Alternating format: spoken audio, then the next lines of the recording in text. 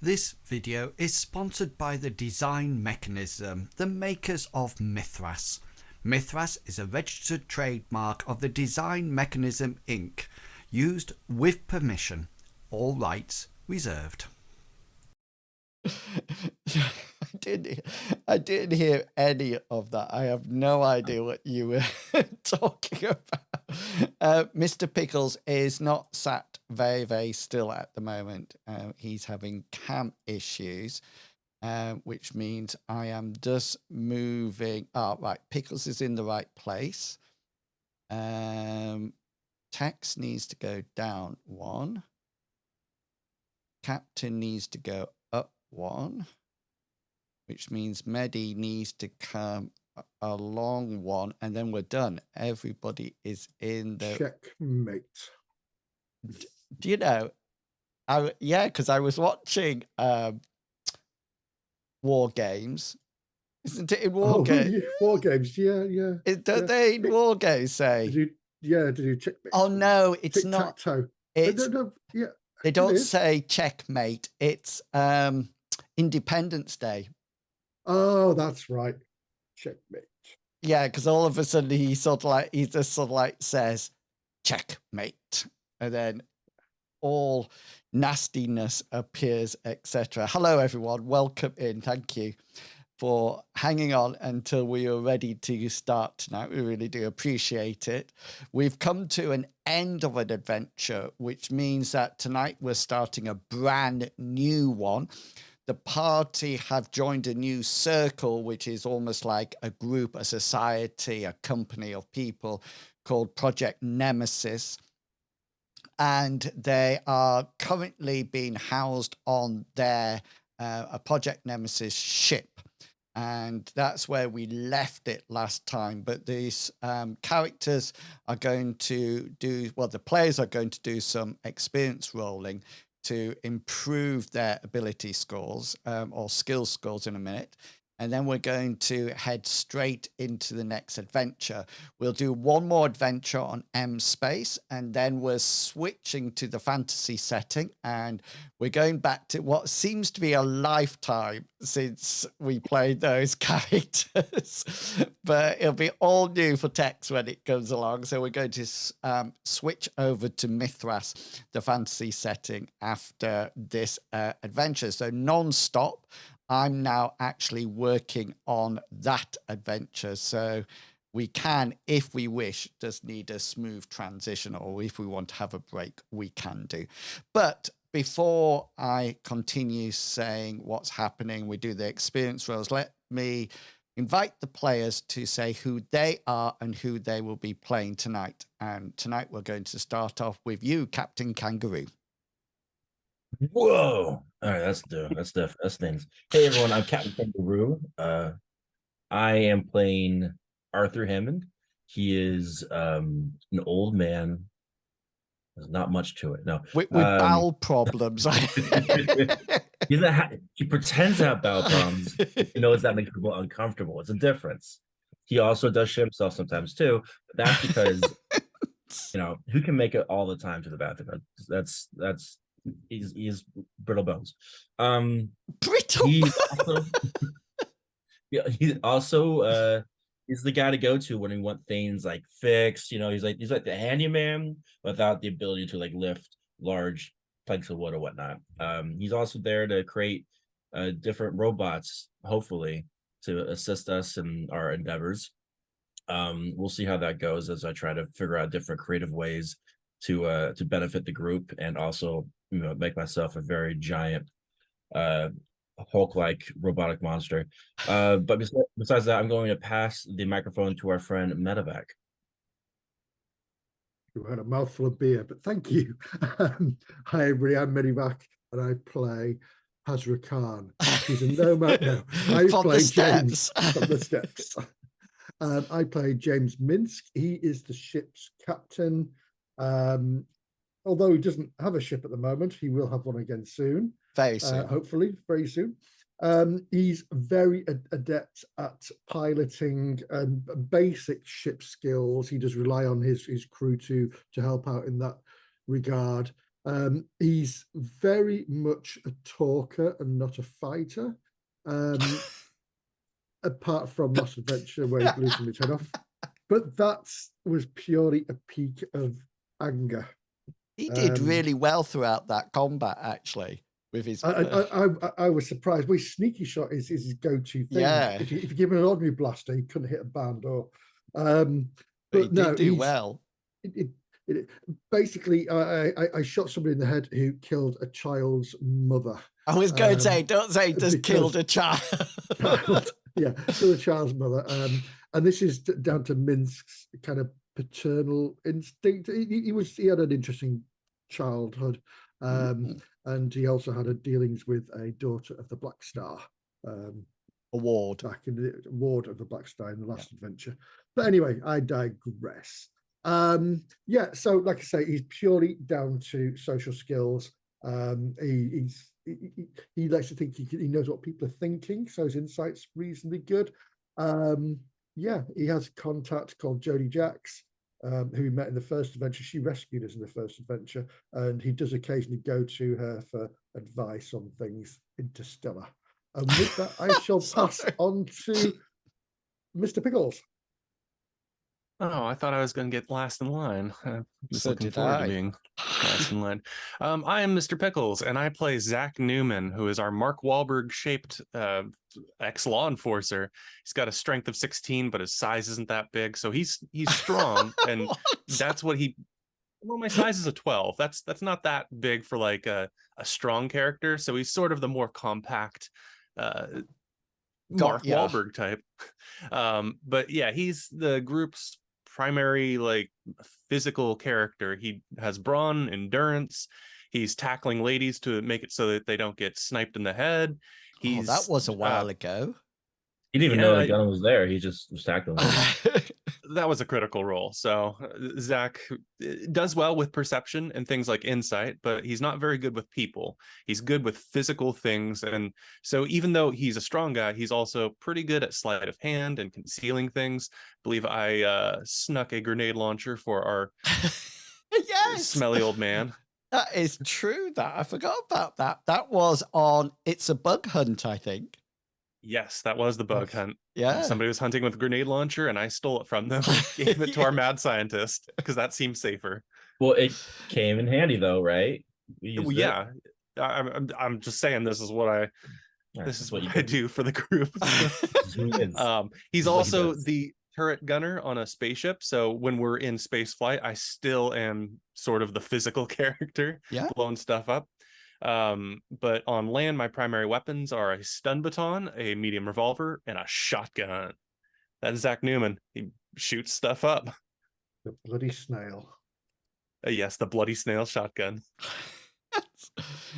Which I used last adventure. Really? You need to pass it on? Yeah, I need to pass it on. Passing it on to Tex. I'm Diggity Tex. I play Io. She is the ship's sensor operator. She's got a set of skills in hacking both computers and comms, which has come in handy. And last adventure we learned that she's got a somewhat negative disposition for the Sons of Black Star, which shocked Medivac. I actually saw his face when which was pretty fun to have come out. So is that a tattoo? We'll see what... Is that a tattoo on her chest? I think so. I didn't know. I thought it was a necklace at first, but I'm pretty sure you're right. Yeah, it looks like a tat. She is inked. Yeah. Anything else, Tex? Nope, that's it. Brilliant. Passing on to me then. The party is accompanied by a medical robot called Purdy that we found probably in the long run has been created by Hammond, and they absolutely hate each other. But she's there to administer first aid, healing, and anything to do with politics. She's quite an expert on politics, and she has a dislike for public data ports or recharging stations.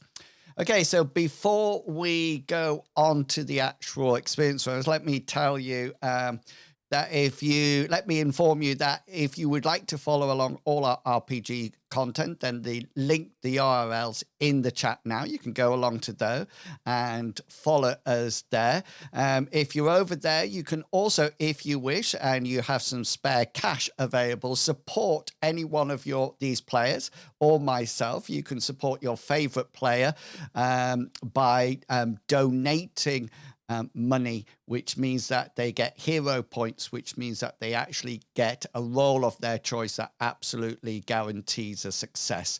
There's other membership availables there. For example, you can have a peek at the character sheets at a certain tier. You can gain access to our World Anvil site, which has all the organizations on, etc. But you can also take a sneaky peek behind the scenes and see past adventures as well. Also, if you're in the channel, thank you so much for coming along and supporting us tonight. We really do appreciate it.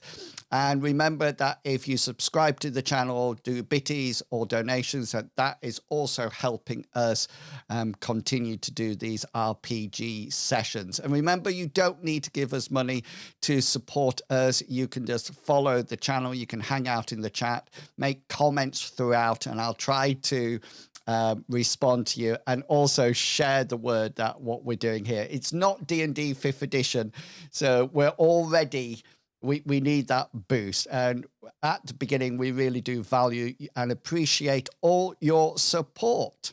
Okay, people, let's get on straight away with some experience rolls. So you've got 10.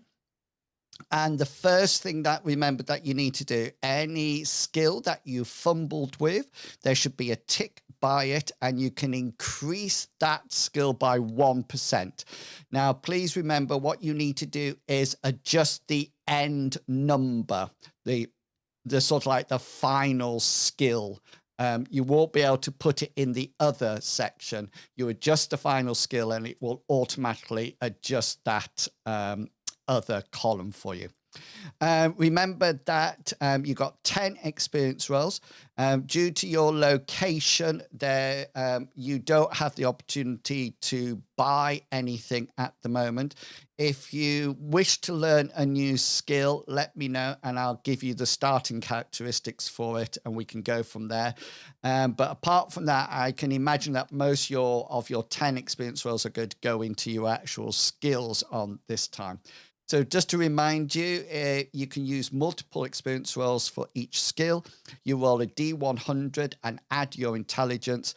If it's the same or greater than your current skill, then you increase that skill by 1d4 plus 1.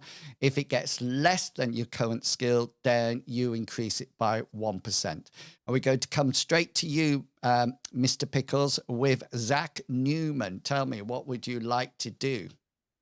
The first one I'd like to do is Braun, because I want him to be a little bit stronger than he is. And I'd like to use the improve button if I can here. Oh, yes. Actually, before I do that, I did get a fumble on insight. So that went from a 54 to a 55. Excellent. It was embarrassing. We've never used this improve button. How exciting. Okay, so here's Braun. It's out of 56.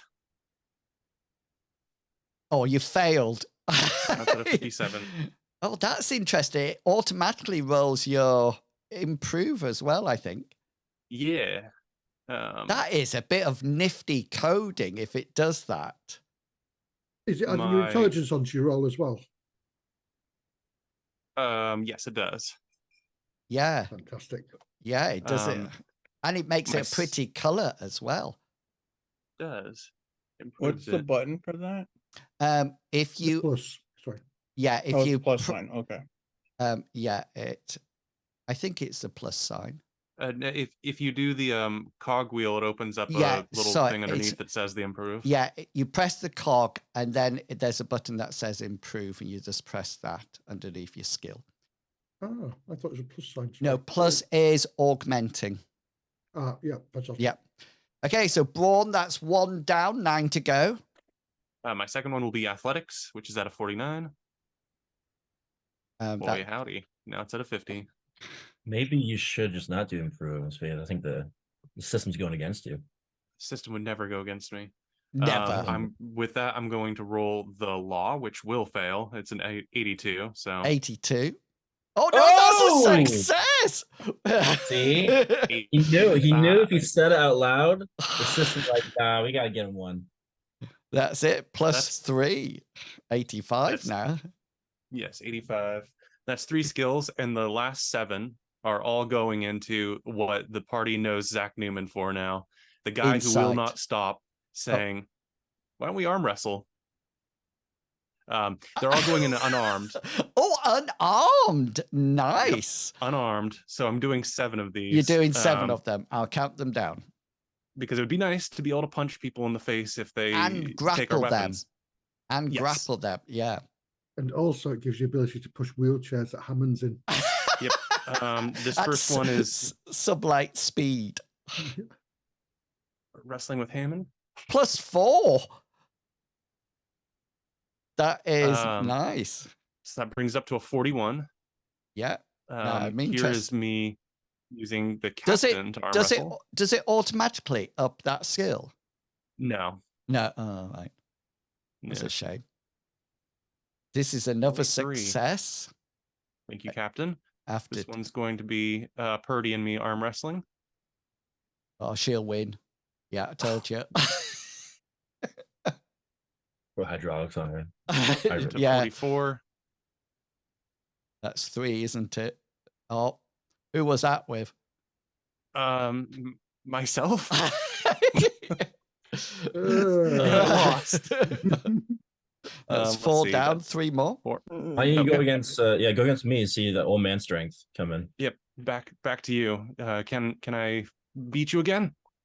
No. That's right. It's getting worse. You're obviously getting tired. I think 2 more.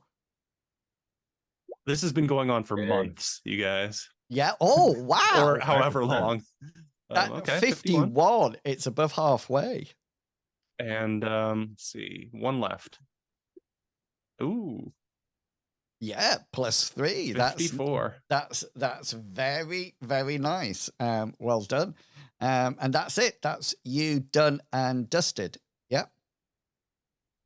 Correct. Yeah. Excellent. We're going round the screen. So, Captain, you are next. All right. I'll do it as well. I'll do what he's doing because it seems like it's literally works well. Yeah. All right. So I'm doing my first one. I'm going to do is one at the end of unarmed because I'm realizing my old man strength is limited based on my inability to move. Okay. But let's see. It's at 26% right now. Oh, so. that has to go up. Yeah, we'd hope. It'd be really sad if I do this one twice. I'm seeing what he did. I might do this twice. So okay, I'm this once. First one fails. So change it to a 26. Right. The second, don't forget to change it in between, but it would have succeeded in any case. Can you see with an 84? So it's now 30. 30, yeah. Yeah. So that's something. All right. Next will be deceit. I feel like it can be more perceptive. Deceit right now is at 41. So let's see. I can do it once. Oh, and there we go. Now it is at 44. 4, correct. Yeah, nice. You are more deceitful. Yes. Next would be brawn. Kind of, get me old man strength. Yeah. Yeah. Now that I guess my unarmed, maybe I can do my little brawn here and there. All right. Now it's at it's at 31. Now it's at 33. 3. Yeah. That's 4 done. All right. So next would be evade. This would be the last of the regular skills. Now remember, evade is really important because that's the same as your take cover as well. It comes off the same skill. Yeah, so I figured I should probably do something like that. Ooh, plus 5%. So 47. Yeah, and that's 5 down. You got nice. Another 5. All right, so next will be, I'm going to put 2 in my tactical recon combat, which involves sniper rifle, demolitions, and baton. Wow. We haven't had anything in your sniper rifle for a while. Yeah, well, I think so. This is my idea is if I build a robot that can do more close combat stuff and help the team, I can be more of a recon, fire from afar and avoid being hit by anything. Yeah, people, they could just leave you somewhere. Essentially, I'll be playing as the robot, but be from afar shooting down if we're going to no, I always play as the robot. I always play as the robot. Yeah, okay. All right. You're reminding me of Howling Mad Murdoch, that you're in an old people's home, and brought out with your tactical weapons. So is this your combat style? This is the combat style. Okay, I'm gonna do it right now. I'm gonna do 2 of these.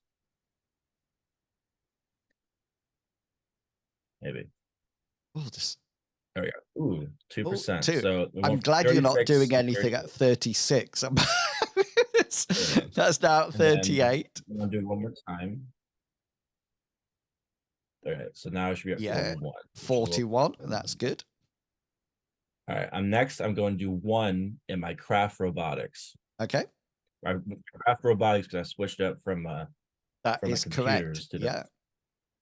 It's at 66. 66. Let's see the goods. Come on, baby.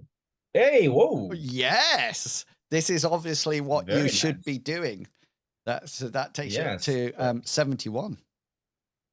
Nice, perfect. And then I'm going to do my last 2 on knowledge robotics, which is currently at 47. Okay.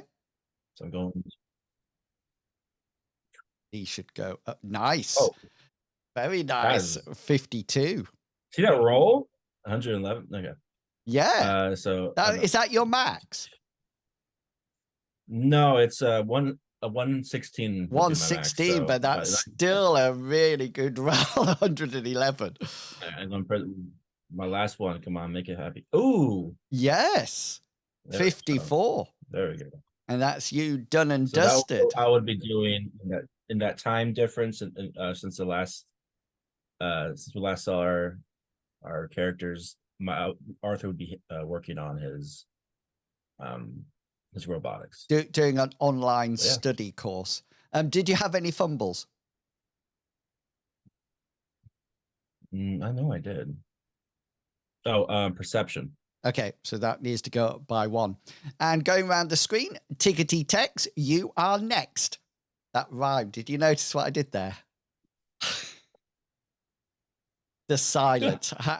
Nope, I didn't notice anything. Nope. How long a minute? There you go. I thought you were gonna do the beep. No, I've got that ready for later on. So I had 2 fumbles just to start off. I had computers and brawn. I remember those very specifically. Okay. And just remember, there is a little tick box on your character sheet.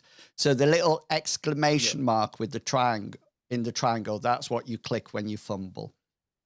So that reminds you. Brilliant. So those both go up by 1%. So you got 10 rolls to do next. All right. And then I'm going to put 4 into influence. Ooh. So let's see here. 1. That's 2%. So that'll be 24. 2. And 27. 27. 30. 30. And 35. 35. Okay, so that's the first 4 gone. 6 more. All right. And then 2 in perception. Okay. You've succeeded in all your rolls so far. No. Oh, no, you haven't. That's 49 then. Famous GMD. Yeah. That's at least 52. Yeah. And yeah. That's 6 done. Yeah. All right. I'm going to put 1 in disguise. Ooh. Get that face paint And that out. failed. But it's now 56. I've jinxed it now, haven't I? Since I said that, everything's a fail. And then I'm going to put I hope this one into evade as well. There we go. 36. Yeah. Is that all what? done? 1, 2, 3, 4, 5, 6, 7. Oh no, 8. I have 2 left. I'm going to save those 2 just for next adventure. From previous discussions. Yeah. Okay then. Save those 2, which means we come to you, Mr. Minx. Why, thank you. My name's Medivac and I played you. Sorry. Yeah. Sneaky Shot's my first one because I'm sure you would have improved from that. Yeah, I was impressed with Sneaky Shot, but did you have any fumbles? 58. Did you have any fumbles? Only with that customs lady at the starport. Okay. I'm not rising to it. Right, so that's gone to 58. So 2 in perception. Yeah. Which currently stands at 48. Oh, that's 52. 52 is going up. Oh, 53. 53. That's all right. That's good. Next one is endurance. I'm going to put 2 into that. Okay. Currently at 42. Right. Ooh, 47. 47. That was a good roll. 88. Like those apples. Can you get over 100? Oh, no. 48. Can you get over 100 like Captain did? No, I'm nowhere near as intelligent as Captain. 5 more. Evade is 2. Okay. So currently at 30. It's now at 31. 31. Every win's a win. That's what we say. 32. That's going to be a long journey. Oh, yeah. 32. There we go. Okay, Brawn. It's currently at a staggering 18. Oh, it's now at 22. 22, yeah. 2 little ducks. I never realized your brawn was so low. Oh, yeah. I had a higher brawn than you did.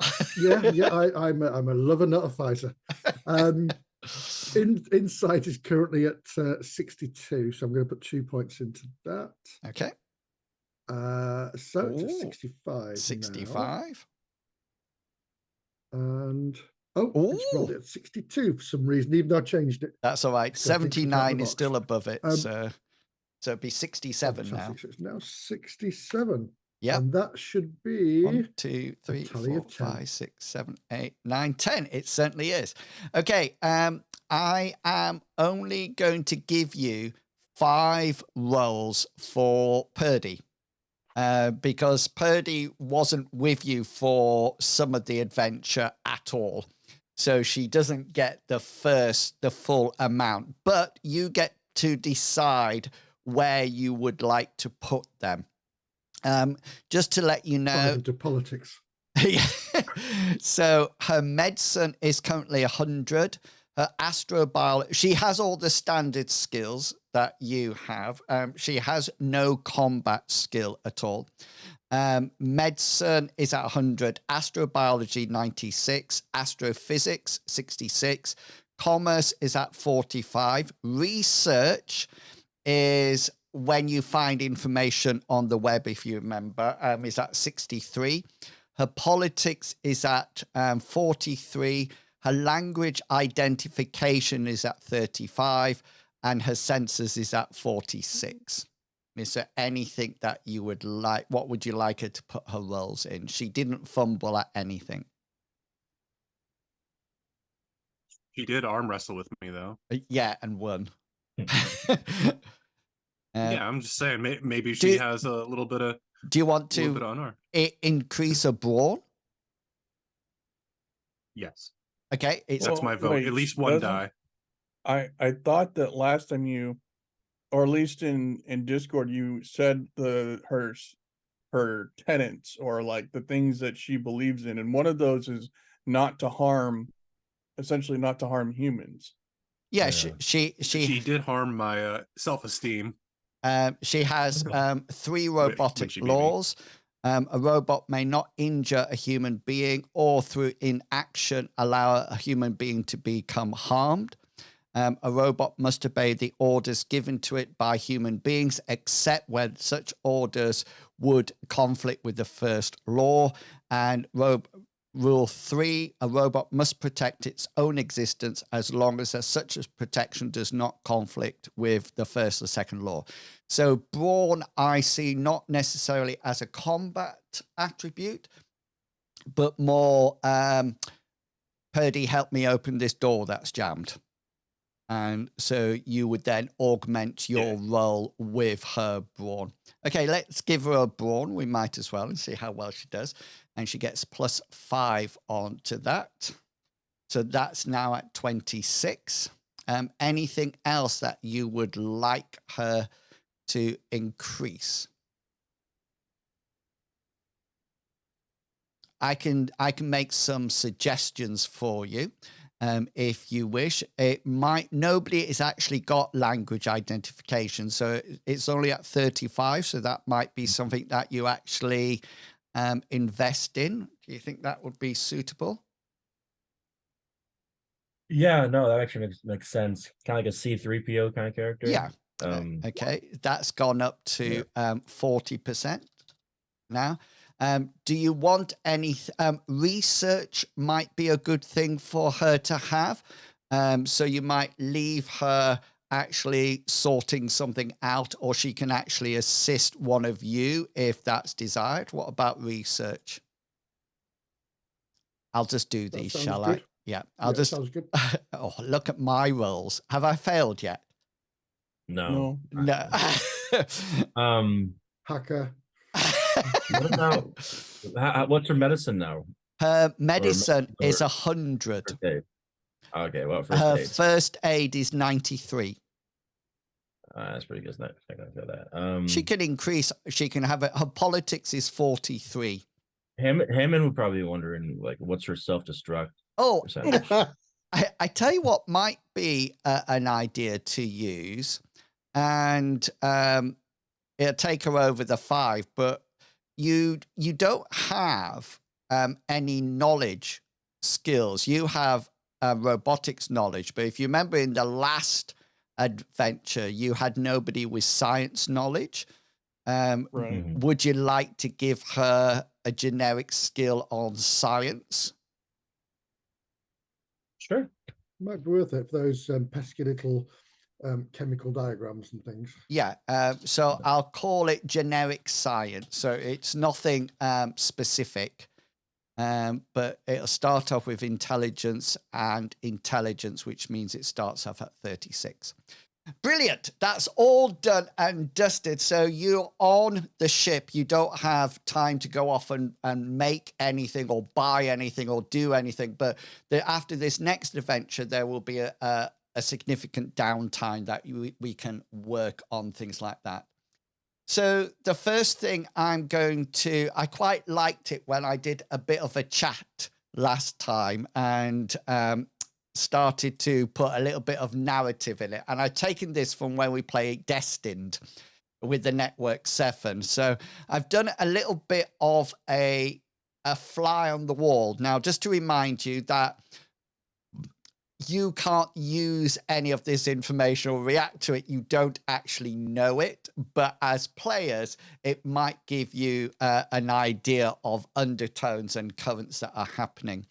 So what you see through your mind's eye, a rather fancy office, very sterile, greys and blacks, and loads of monitors, heads-up displays, everything like that.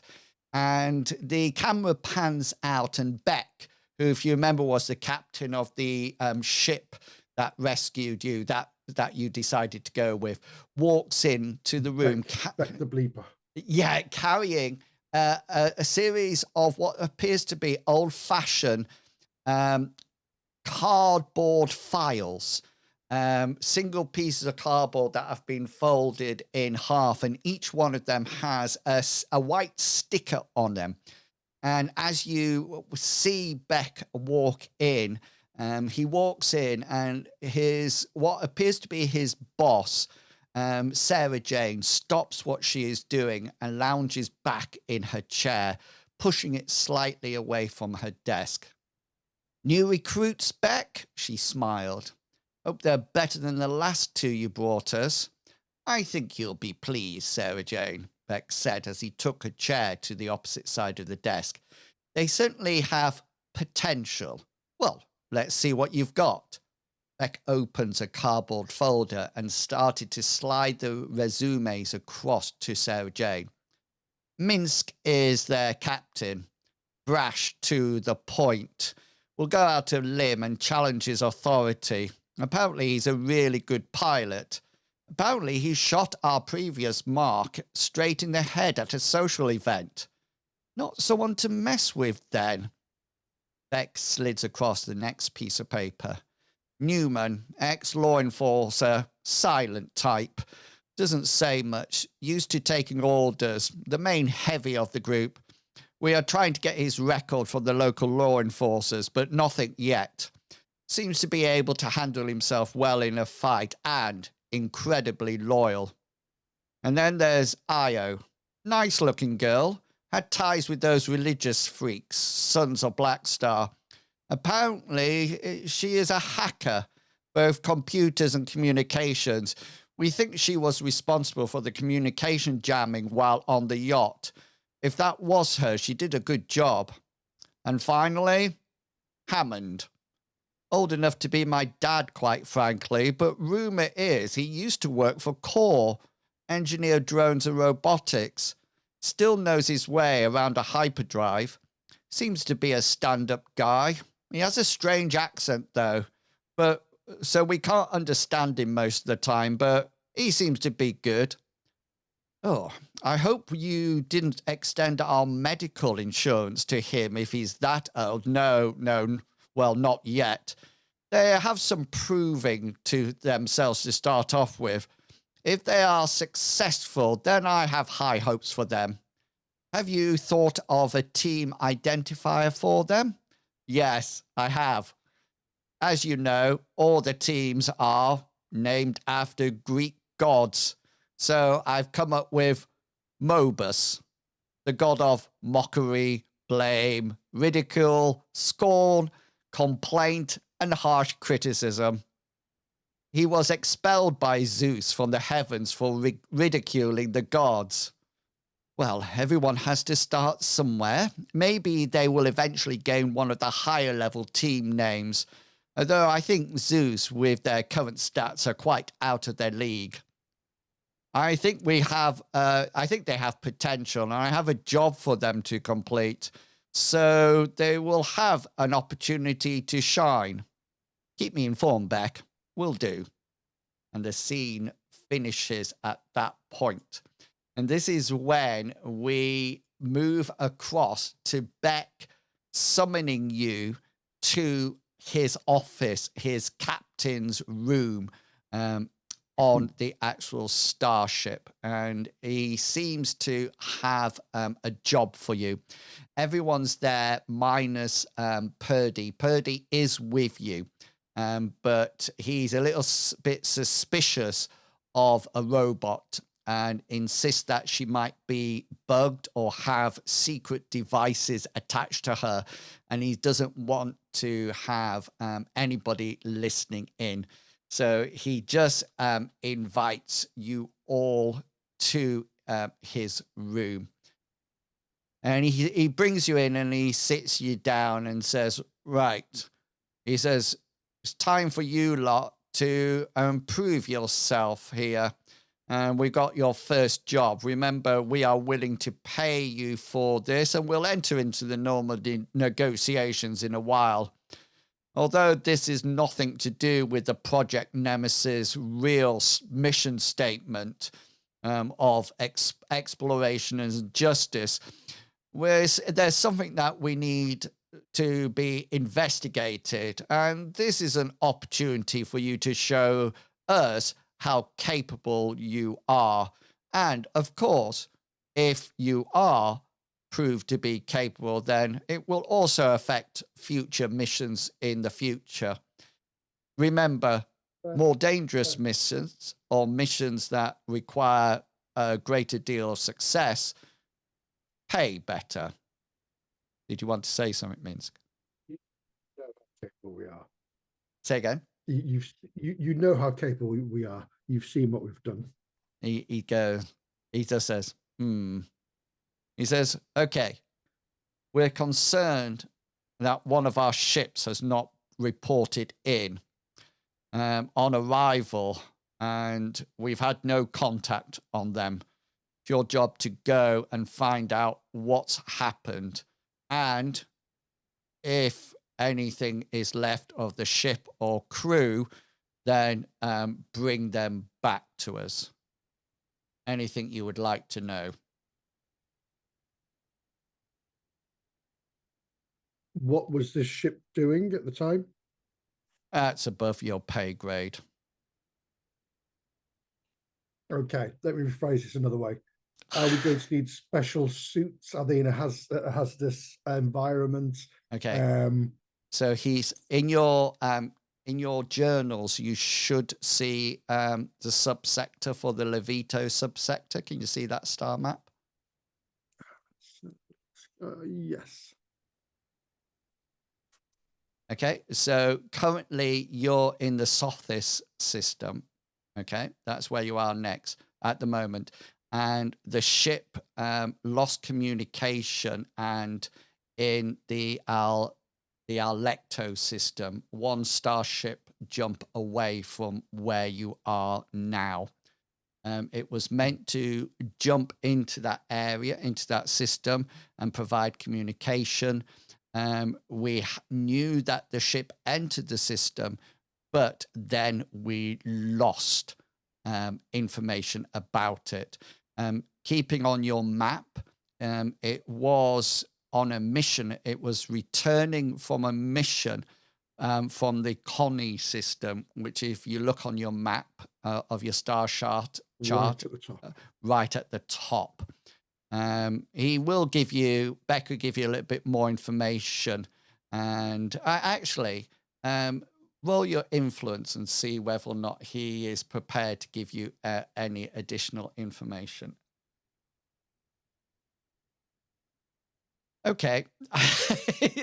he will. They were gathering data on a variety of recent business dealings in the Connie system.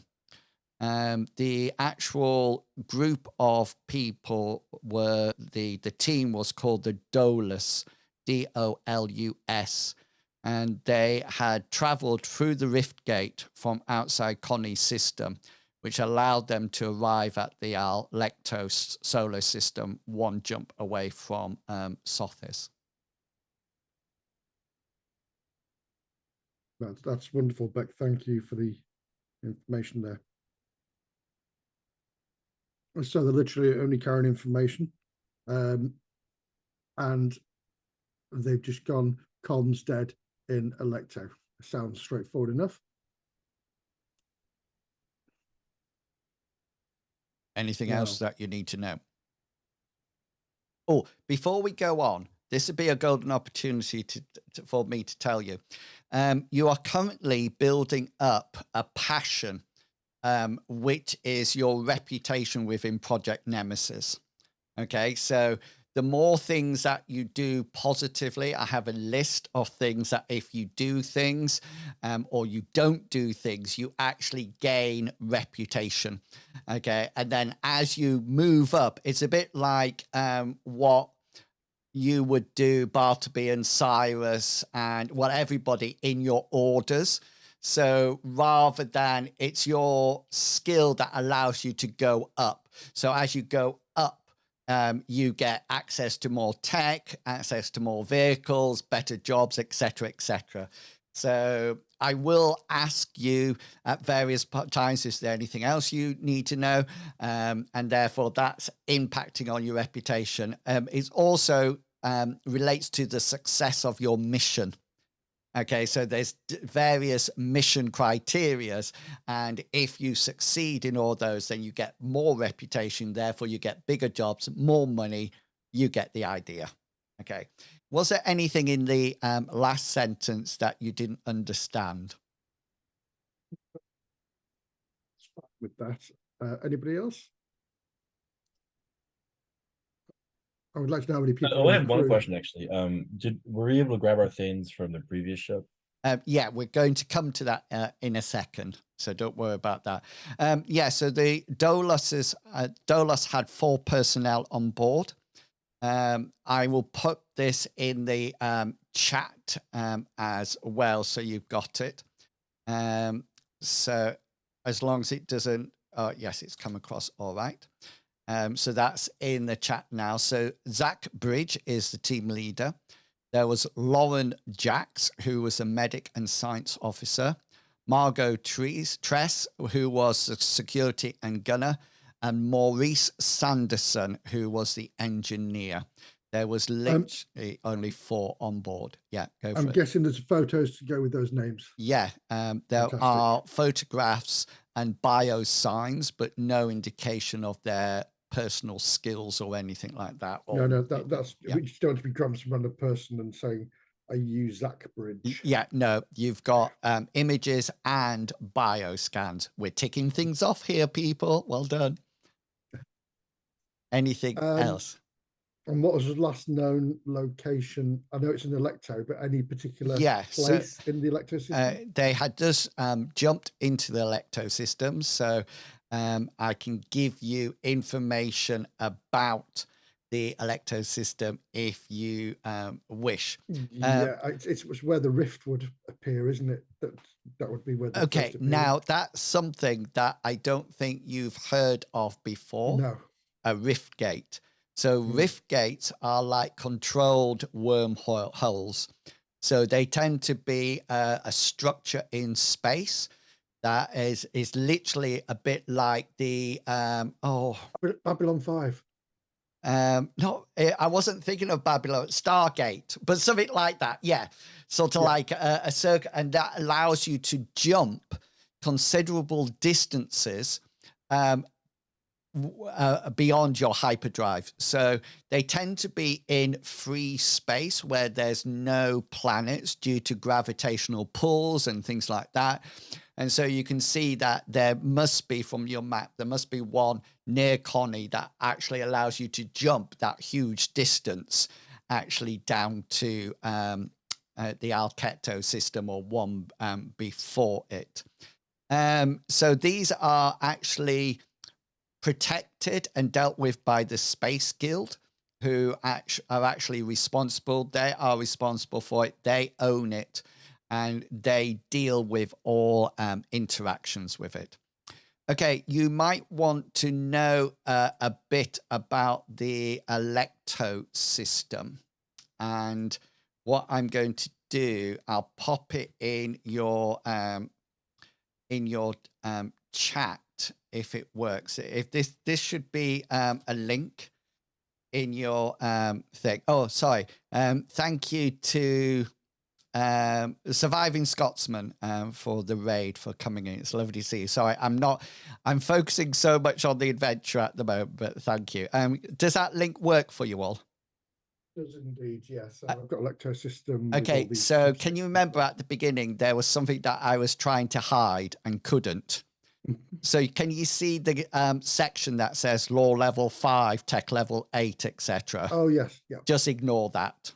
That's what I'm trying to. That's what I was trying to hide beforehand. Ignore what? Ignore it all down that. Can you see a box to the right? No, I've got it. I was joking. Okay then. I So ignored it. the I get you now.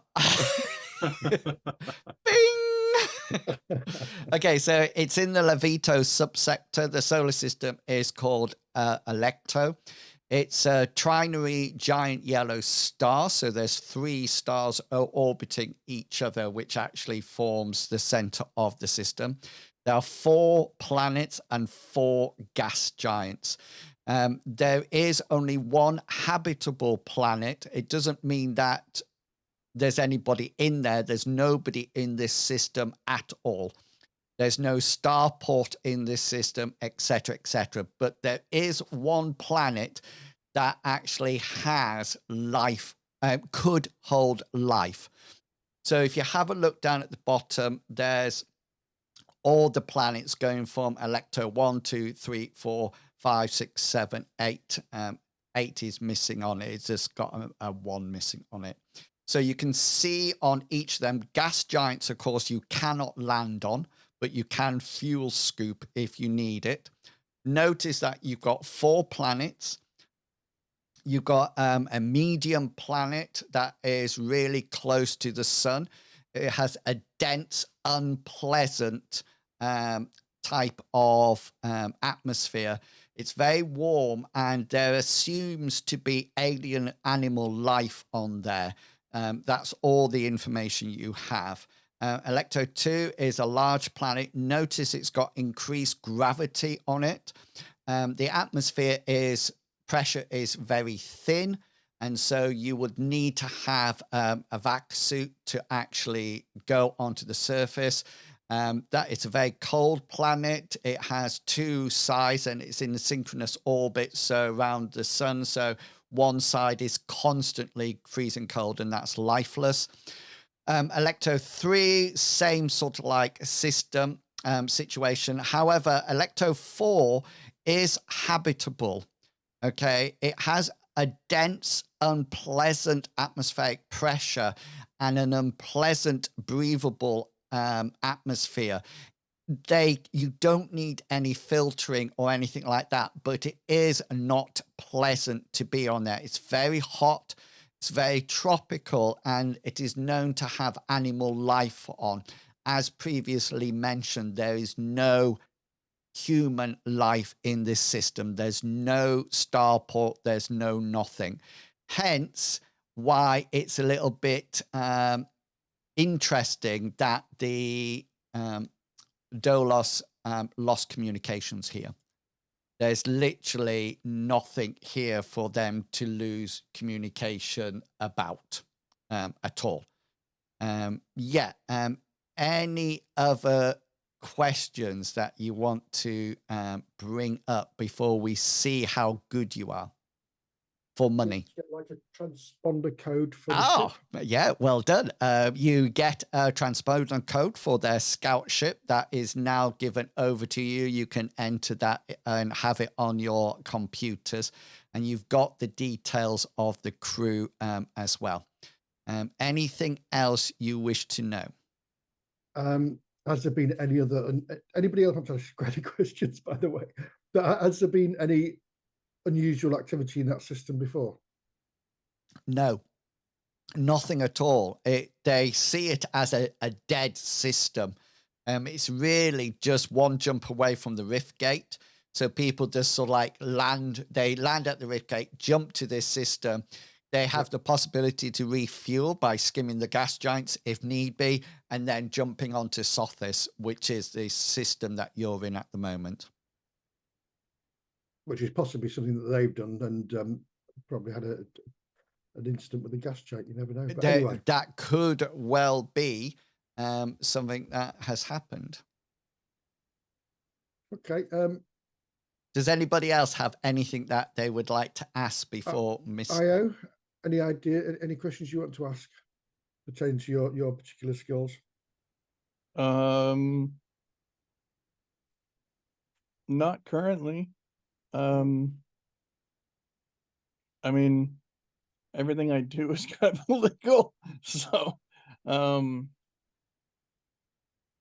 okay. That sounds yeah, sorry. I do have a question. Yeah. We don't get to know what their mission was, but do they have any known enemies, this crew? Beck replies to it very much like Project Nemesis is semi-secret. Okay, so people don't go around saying, "Hi, we're from Project Nemesis." So it could be that somebody found out their identity and that they're working for Project Nemesis. Project Nemesis definitely has many enemies.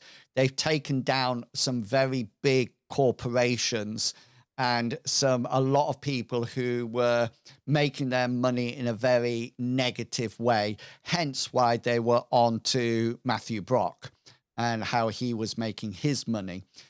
So personally, Beck doesn't know whether or not those individual crew members had any enemies, but if they found out that they were from Project Nemesis, then Project Nemesis does have some significant and very powerful individuals.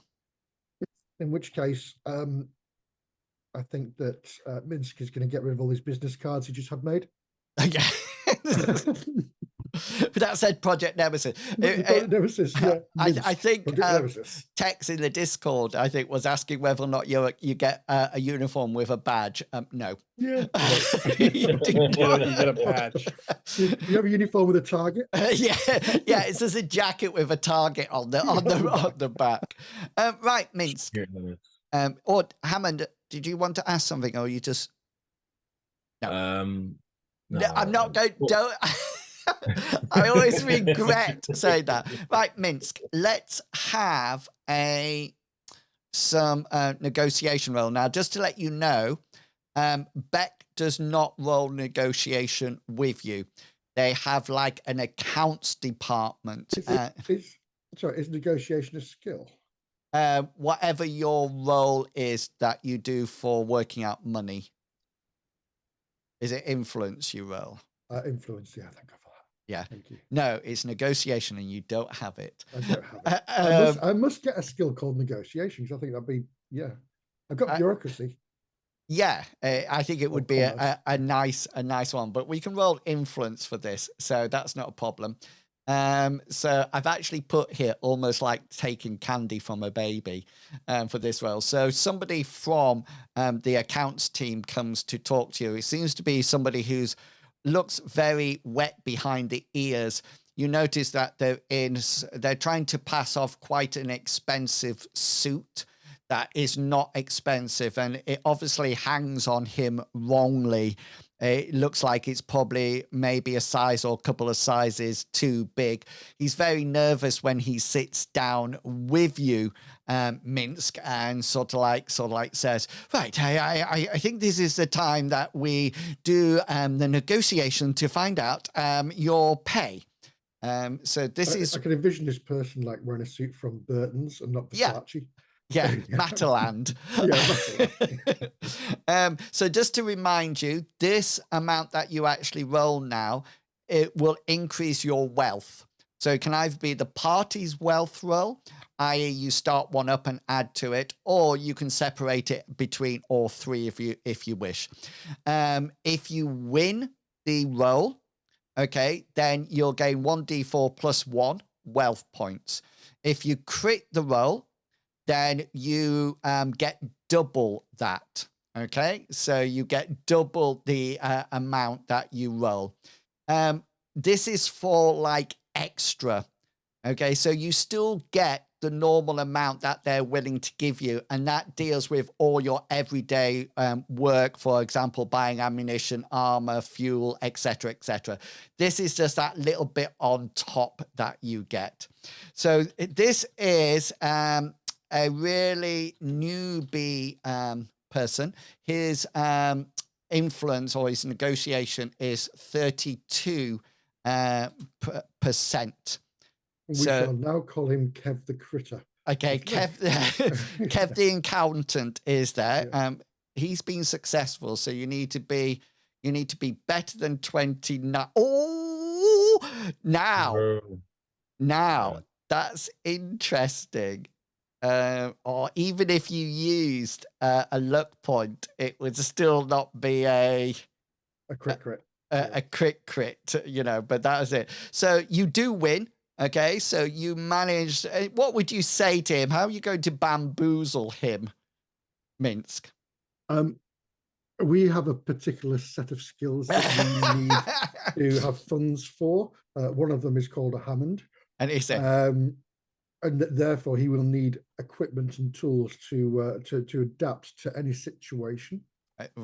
Yeah. Well, please remember, we are not extending medical insurance to you. Nope, that's fine. He has his own private medical insurance. It's called Purdy. Nice. Just out of interest, I have created the medical company that does this this sector, so the draft sector.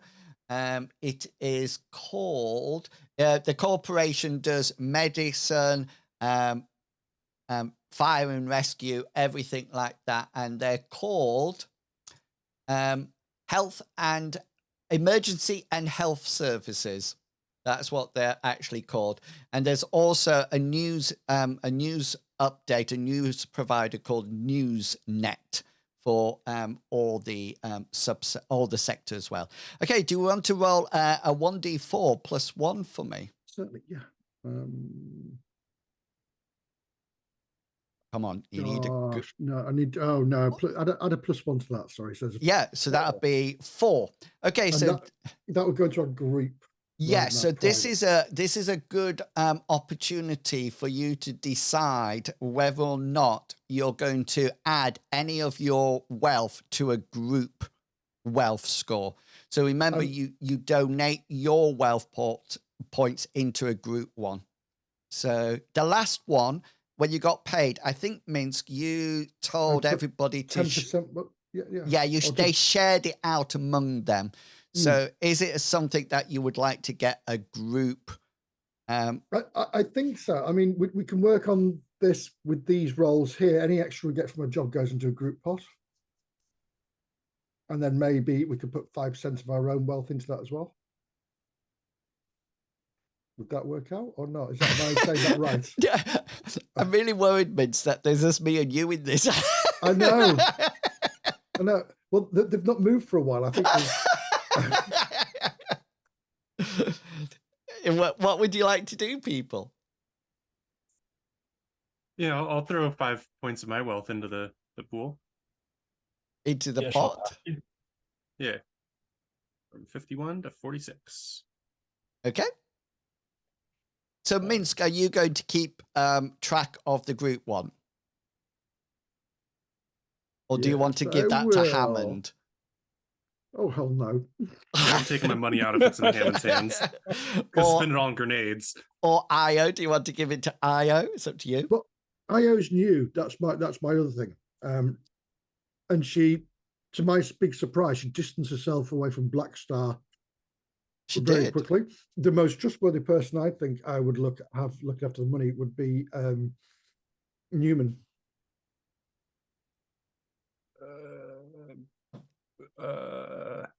Because he's the law. He's a law. Although if I see one day with a really big shotgun, I'll be asking questions.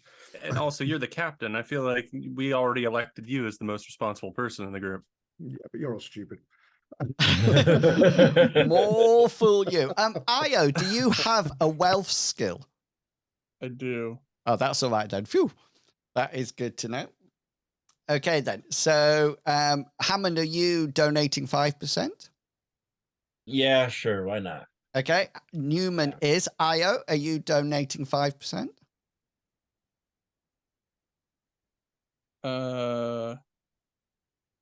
Man, I don't know. She's new.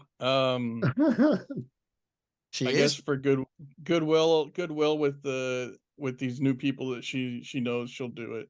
Okay. Reluctantly, but she'll do it. And that includes 5% from you, Minsk, as well. Is that right?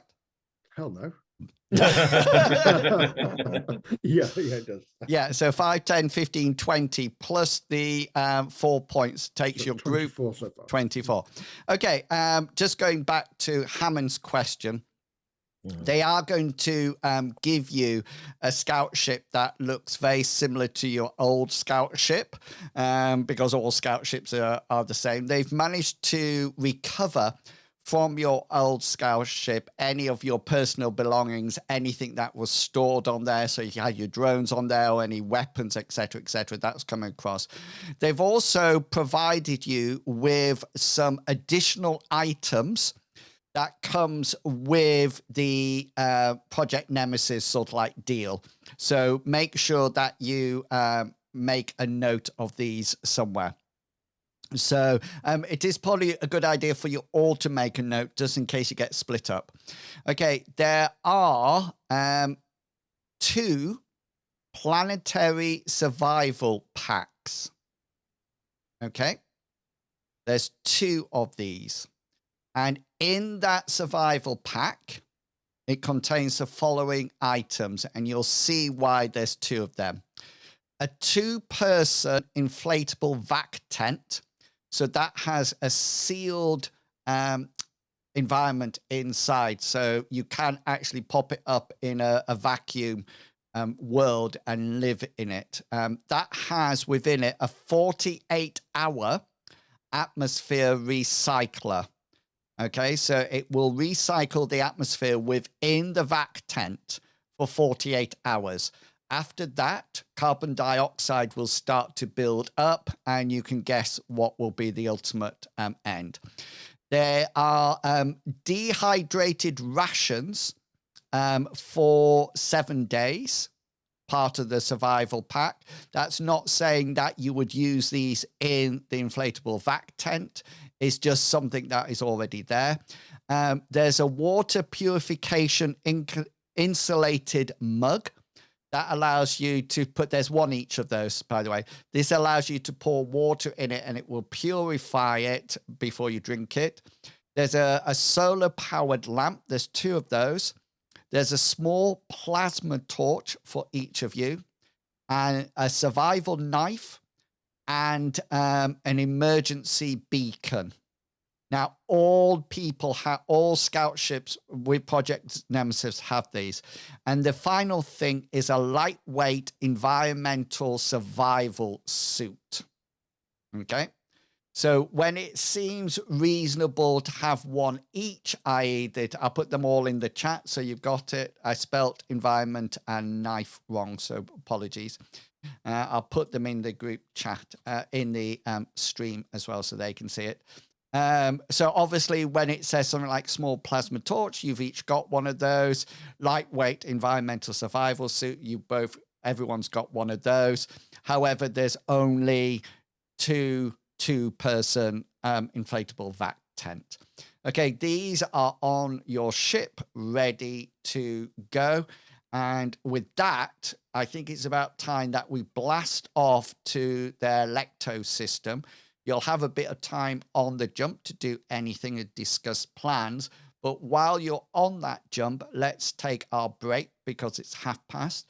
So we're going to take a 15-minute break now. So we'll be back at 1:45. So if you're watching the stream, number 1, thank you very much. Thank you very much for the 2 raids that came in. Please do go and stretch your legs, have a think, and see whether or not you can predict what might be lurking for them in the Alecto system, when they get there in the next part of the adventure. Okay, we'll see you back here in 15 minutes. See you real soon.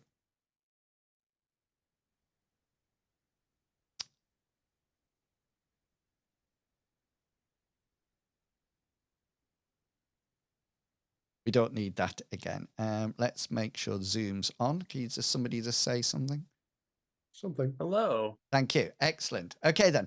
So you leave the Sothis system and start heading towards the Alecto system. You have some mission parameters. Okay. So your first mission parameter is find and return the crew. Okay, they are totally lenient with this. If they've died, then you need to provide some information, so their pictures or records or sensor scans or something like that. So that's your first parameter. Your second one is to find and return the spaceship. And the same sort of like provisos count here. So obviously, if the starship has been blasted into nothing, then they're not expecting it back, but they are expecting evidence of Proof it. of such. Yeah. Why it happened. So why did the Dolus end communication? What was it that actually did that? And then finally, any other helpful information? So you got a series of parameters there. They're actually in order of priority. So Project Nemesis is really keen to have the crew back. You're not too sure whether or not that's because they really like people, or whether or not they could be carrying some important information that you're not privy to. You should be able to see your starship now. So you're away and you're heading towards, if you just like to put your tokens where you will be as you enter the Alecto system. Io, just so you know, where I'm pinging, that is communication and sensors just there. That's it. Hammond, where are you going to be camping out? Are you in the engineer? Or yeah, I'll be an engineer area. Let's see. Minsk is taking a swim in the fuel. I'm in the pool. I'll put Purdy into medical, shall I? And leave her there for the time being. Okay, is there anything that you would like to do? I'm not saying there are things to do, but is there anything that you like to do while you're in the hyper jump from Sothis to Alecto system? Now is the time that if you want to just check on any things that you would really like to do, what you're planning to do, etc. Now is the time. I'm just going to familiarize myself. I know that all these ships are the same, but my past knowledge with ships, they all have the quirky little things. So I'm just going to run myself through the system myself. And I'll also mention to Io, I'll say, Io, as soon as we come out of hyperspace, can you do a full sweep of the system if possible with the sensors? Definitely. Okay. Does anybody else want to do anything while in hyperjump? I'm gonna be tinkering with my robotic stuff. I'm gonna try to see if I can upgrade my scouting robotic to be a little bit more where we'll be able to be seen more stealthy.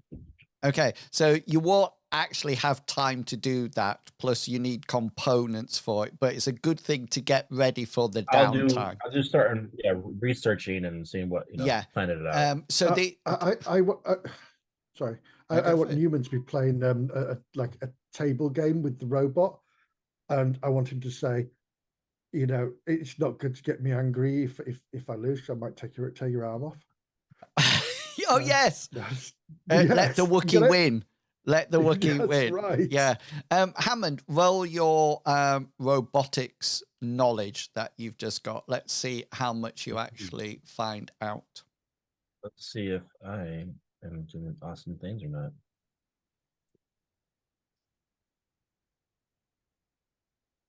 So people who are watching, as you can see, the difficulty level down the left-hand side of the roll, that is the difficulty level that I set. So basically it's a standard.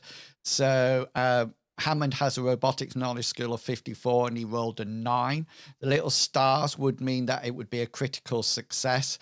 And if you have an exclamation mark, that means it's a fumble.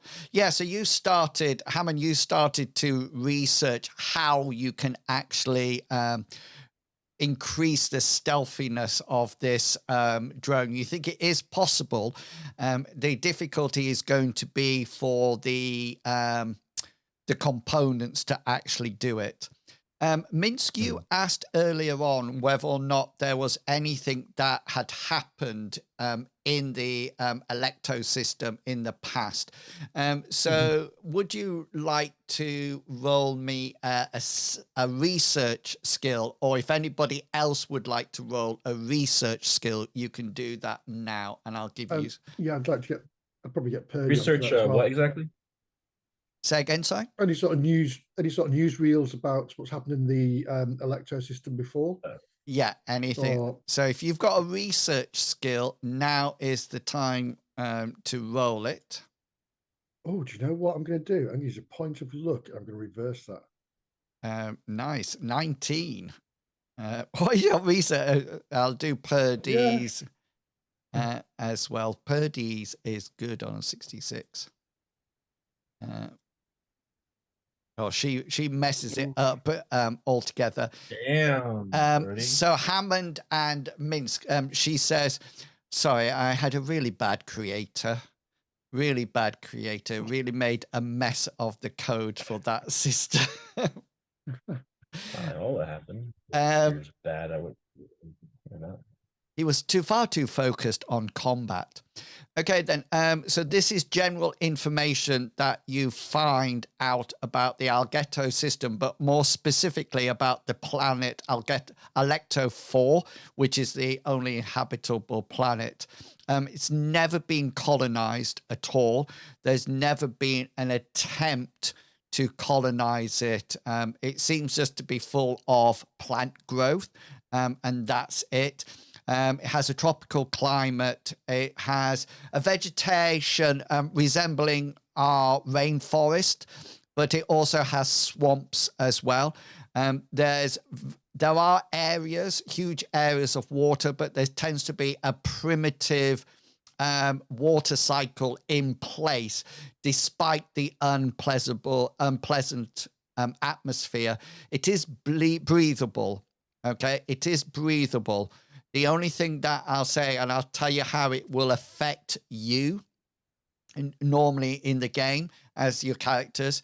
So every hour of doing something, you will need to make an endurance check or get fatigued. So rather than just in combat, that never happens in this game, or doing strenuous, say, for example, you're walking through the rainforest, every hour you will need to make an endurance check. And that is the actual impact on your body, because the atmosphere is unpleasant. It's very hot. It's very stifling. So you come out of... Oh, is there any questions anybody would like to ask about that before I bring you out of hyperspace? No? Okay, then. So you come out. Io, you are going to do a sensor sweep for me. What's going to be your... what would you like to use your sensors on? Are you going to refine this search? What's going to be the general parameters of that? I think a big focus would be, and of course, Minx can correct me if I'm wrong, but looking for any ships around the area, especially any hostile or armed ships, or and yeah, basically okay. Ships. Yeah.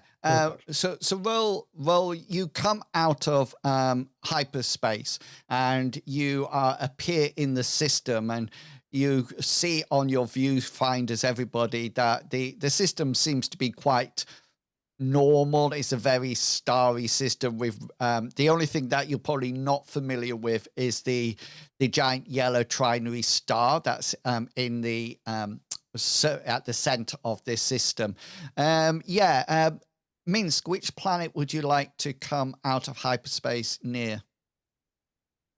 There's Alecto 1 to 8. The last 4 are gas giants.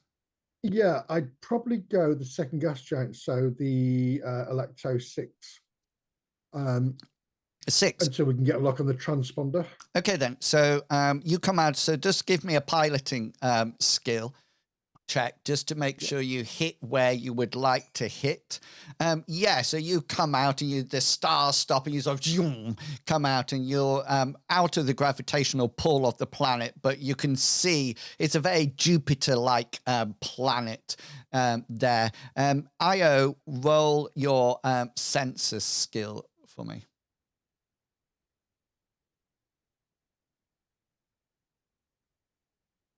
Okay, you scan the whole system. There's no ships in the system at all. This takes, it's not instantaneous, but it takes a few minutes. There seems to be no ships or anything that you can actually locate at all. Just to let you know, if the ship was cloaked, you don't actually have that technology at all, but at the moment. But if it was, then it would be a opposed roll with the your sensors. So if you got 48 and the cloak has an 80% efficiency, you wouldn't actually locate it at all. But currently, there's no ships in the system. Interesting. I'll just lean across and say to Io, any look on locating the transponder code, the transponder? There's no ships, so I would assume we'd have to go planet to planet most likely to find where the ship might have landed. Yeah, that's unusual. You thought this transponder would be bleeping away to itself. Okay. Unless it was or at least destroyed. some sort of beacon. Yeah. Unless it was destroyed. But then we're traveling space with a comb, trying to comb in the sand. It's not too bad because if you split it into a grid, we could... throw a quadrant somewhere. Yeah. Okay, let's head into the to gas giant 5. So we're basically going to work our way to 4, which is the habitable one, and then see what's around there. Okay, so and then none of the gas giants can support life at all. No, it's more looking for any debris or wreckage around maybe the orbit or. Okay then. So which one would you like to start at? You're in Alecto 5 at the moment, aren't you? 6. Yeah, so 6. Yeah. So after doing a brief scan around, see any debris, because they could have broken up on refueling. And then work up onto the next one. Okay, Alecto then. 5. So you go 6, 5, 4, 3. Yeah. Okay, so forth. Okay, then. Let's have sensor scan for 6 first. That's there seems to be no signal coming down for any alien or metals or starships or anything like that from that gas giant. So this is Alecto 5, the next one. Just to let everybody know, this is taking you hours every time you go through. Nothing on that one either. You're coming to the first Alecto 4 now, which is the habitable one.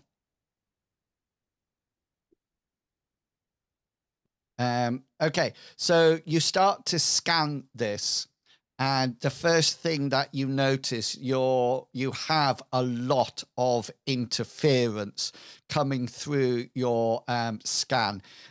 If you wish to use a point of luck, you can do to reverse those to a 25. You need a hard roll. You seem to be picking up a huge amount of electrical storms in the atmosphere that is preventing your scans getting down to ground level. If you use a point of luck and get it to a hard, then you'll be able to start picking out information through the electrical storm. Sure, I'll use a point of luck. Okay. Reverse it or? Yeah, reverse it. Yeah. Okay, then. So reverse. This allows you to start to penetrate the electrical storms. To start off with, I need to be very clear that you are getting little bits of information here. You're not getting a huge amount of information. You are interpreting scanner readings Okay, and this is what you think IO is you picking up. So the first thing is there seems to be 2 concentrated areas of metallic objects. These do not appear to be indigenous to the planet. Your best guess is that it could be something that's actually crashed there. They are several kilometers away from each other. They don't look like they collided. It's not possible to get any life form readings or any really detailed scans at the moment because of the electrical storms. You do find and you do pick up a very weak transponder code from one of the 2 masses. This transponder code that you're picking up appears to have some of the elements of the Dolus scout ship. It doesn't seem to have all of them, but you do figure that this might be because of the electrical interference, etc. All right, I'll relay that to the crew. All right. Sorry, I was muted. That's fantastic news. At least we got a transponder code that could be them. These electrical storms, IO, any sign of them going away? Would you know? No. I don't think so, no. They seem to be indigenous to the planet. Permanent sort of phenomenal, sir. Say again, Hammond. A natural phenomenon. Yeah. Sir. That seems to be the case. That's easy for you to say. That's like a research strategy that's called phenomenology. Phenomenology. Oh, Phenomenology. Phenomenology.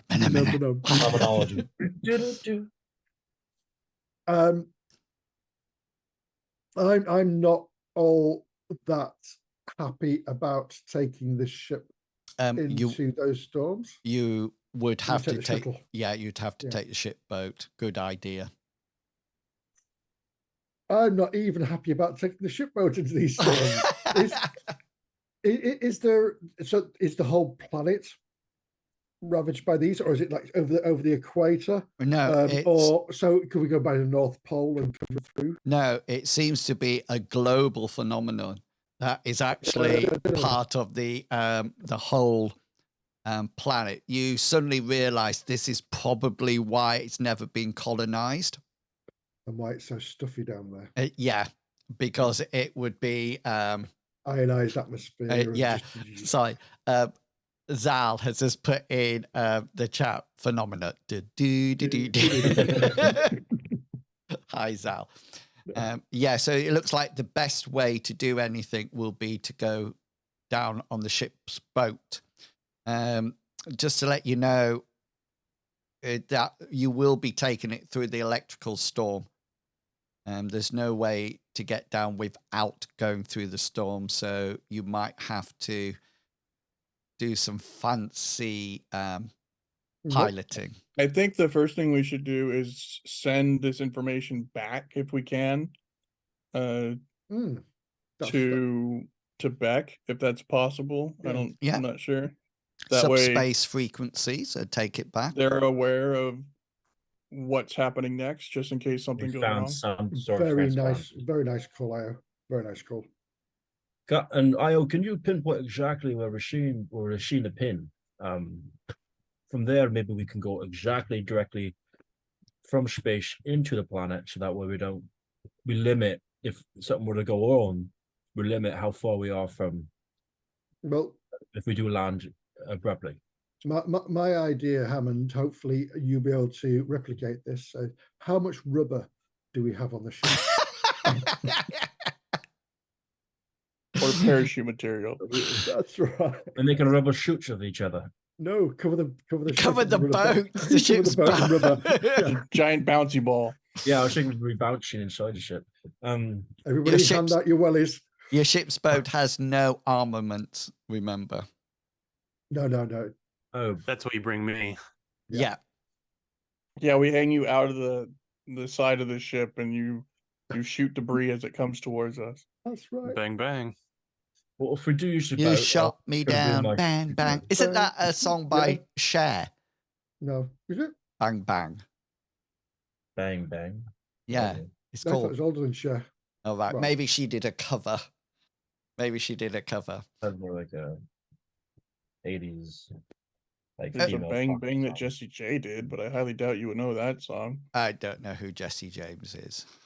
Jessie Jesse J. Jesse's what? Sorry, J. Just the letter J. just a little J. That's like Jessie J. That's like- Jesse J. that's like William, who's actually It was Will Nancy- I Am. Will I Am. Yeah. Nancy Sinatra sang it.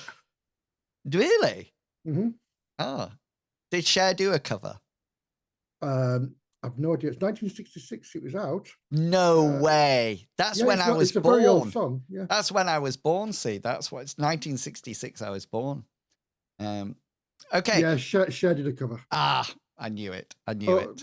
Kind of. Yeah. No, Maybe a just bit- leave it there. Leave it Leave it there. Right. So ship's boat needs to be taken down. My next question to you is: are you taking Purdy? In an electrical storm? Mm. That's why I'm asking. Yes. Unfortunately, yes. Unfortunately, out, but Hammond we- says yes. We need to put some more armor on her though, so some more copper plates. Use her as a lightning conductor. That's right. Yes. Well, if a big beach comes around at us, I know who to push first. Okay, so I would like to take Purdy, but common sense says don't take Purdy. okay, and the other thing I'm going to ask you is that they gave you some equipment. Are you taking that equipment down with you? That'd probably be a smart move. I would be able to carry it all.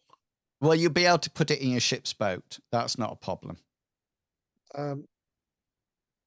Yeah, I think obviously rations. And sorry, let me go on my list rather than that. List. Could Purdy give us a list of possible injuries that these people could have suffered if they crash landed, and how to treat them Oh, in yes. some easy way? She sends to your so all of a sudden Purdy communicates to all of your handheld computers, your wrist computers, and she makes a list of everything from minor bumps to the head right the way through to severe being crushed under heavy blows. And the last one sort of like says something about receiving force 10 gravity crushing, and then it just says seek medical attention or anything like that. There seems to be this ongoing list, and she's very delighted to actually provide that. I just want to make her medicine roll because she might actually fumble. No, look at that. Amazing. Is she? Is this where she goes? This is the equipment you need to take with you, some first aid kits and some.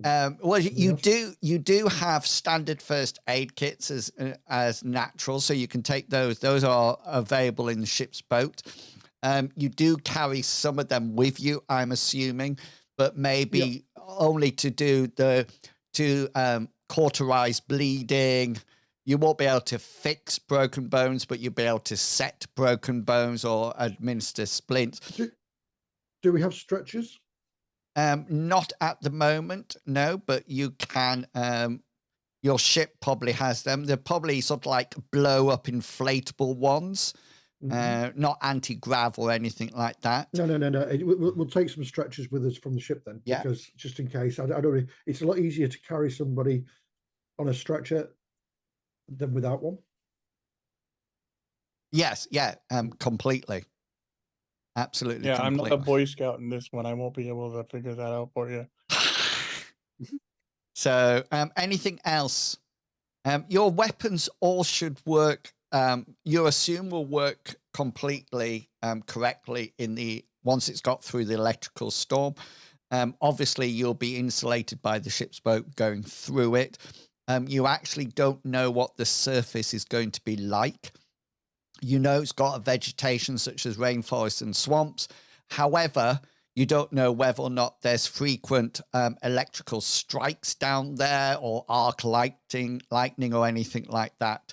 So you're virtually flying into the unknown at this point. But I assume that you've got your weapons, your armor that you normally carry. Hammond, what are you doing drone-wise? I'm definitely gonna bring my sensor drones. Or my scouting sensor drone. And I'll have IO be able to connect to it, so that way you can use as a portable sensor array. And you're happy to take them through the electrical storm in the ship's boat? Maybe turn them off first. Yeah, I could turn them off first. And maybe I'll turn them off and remove the power system. Okay. And then maybe I wouldn't have like a lead box or anything, would I? It'll be totally insulated within the ship's boat. That's not. If they're going to get hit, we're going to get hit. So. Yeah. It'll hit the ship's boat. It's more about. I'll bring my security drone too. Yeah, it's more what will happen because you don't know what. Land. Yes, exactly, IO. The situation when you land, you'll probably have to decide at that point whether or not you want to fly them. You'll have to get down to base. So the ship will be left on autopilot. Minsk, it'll be set up to alert you if there's any issues with the piloting. IO, do you want it set up so any communications, any sensors that it picks up is related to you, relay to you? Yeah, and is there a way that we could send communications and relay them back to Beck? To where? From where to where? From the ship to Beck, or from to Beck. The planet, yeah, from the planet to the ship, and from the ship to Beck. Yeah. Okay, then. So the difficulty will be from surface to orbit through the electrical because of the electrical storm. Yeah. Gotcha. But if it does get there, we can always get Purdy to forward them to correct. And communications with the ship will be affected by the electrical storm. Also, please remember that just like any communications, if you're sending something out from your ship, people can pick that up and hack into, etc. Okay. Well, the communications, do I know if the communications will be disturbed while we're on planet? Not until you get down there. Okay. Because you're not familiar at the moment what the density of the storms are, or how close. And what it is like on the planet. I presume you're not wearing your party clothes for this expedition. Okay, so there's a lot of unknowns at the moment, but it seems that you're only going to find these out when you actually start heading down. So my plan is to pilot down, but I'm going to be using IO as my eyes to get through this. Okay. So I'm hoping there'd be like a sense to be able to predict the landscape. Or there is that, but also predict a buildup of like interference, electricity. Okay, then. So one of the things that we can do is that you can augment any of your piloting roles, therefore, with IO's sensors, if that's what you would like to do. Yeah, I think you go hand in hand, because, once we break through, hopefully, the cloud cover, then IO will be mapping, like you said, IO, the surface. Yeah. Finding a good place to land. A safe place. Like a sonar ping of sorts. Yeah. Okay, then. So this is... does anybody have a navigation skill, just out of interest? Yes. It's not fantastic, but I have a navigation skill. Oh, nice. Good. Okay, then. So we're going to do this step at a time. Can I just remind you or point out to you any failed rolls? You can look anything. That's absolutely fine, but you can't look fumbles, remember. If something fails, okay, there is a consequence for that fail. Right way through. So be aware of that. So you set off. You go out of the ship's boat. The first question, remember there's two masses here. One you think has got the faint transponder code of the dollars. I assume that's the one that you're heading for. Mm-hmm. Yeah. Okay then. So you leave your starship and your scout ship, and you start to head down to the planet. And two things happen very, very quickly. So the first thing that happens is that you enter the atmosphere and you enter the electrical storms. The first thing that you notice, Minsk, is that these are very intense storms. As well as the electricity going off, there seems to be a variety of turbulence in the atmosphere that you're trying to pilot through. Just before you enter, milliseconds, so Io, you get this, and then you enter. Okay, there's no way to prevent that enter or to communicate it to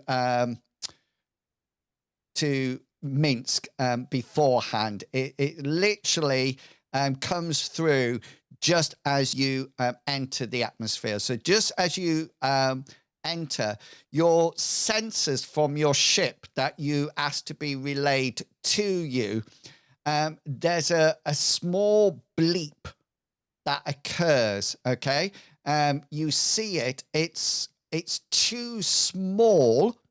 It's too small for a spaceship. Far too small for a spaceship. It's very small in size, and you only get that single bleep. And just at that point, you pass into the electrical storm. Right, Mr. Minsk, time for you to show us what kind of pilot you are. So the first thing that you need to roll for me is that you need to roll for me a hard pilot skill roll. Okay, so nice roll. Oh, 88. That's what I thought the 6 was, but you're happy with that? Yeah.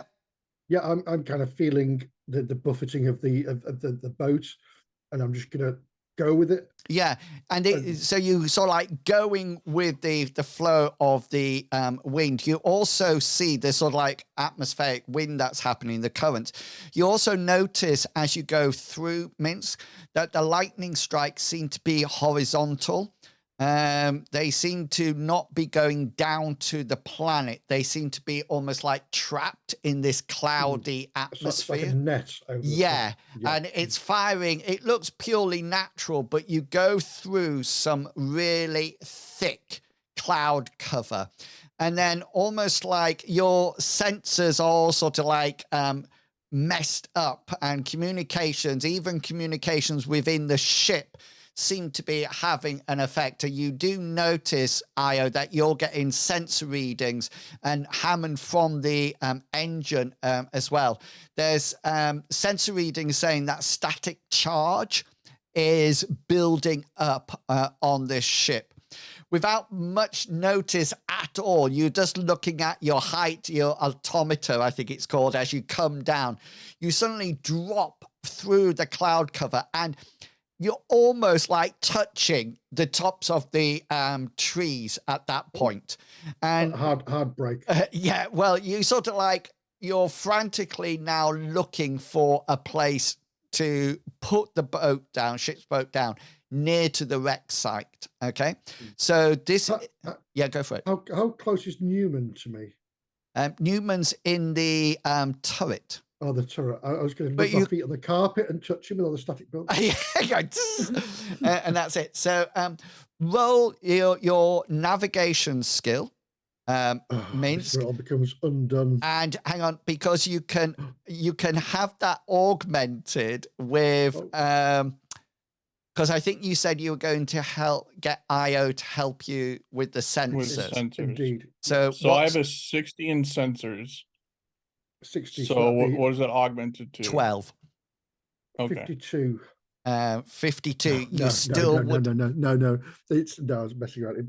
It would be 53, which still wouldn't do it. I would use a point of luck.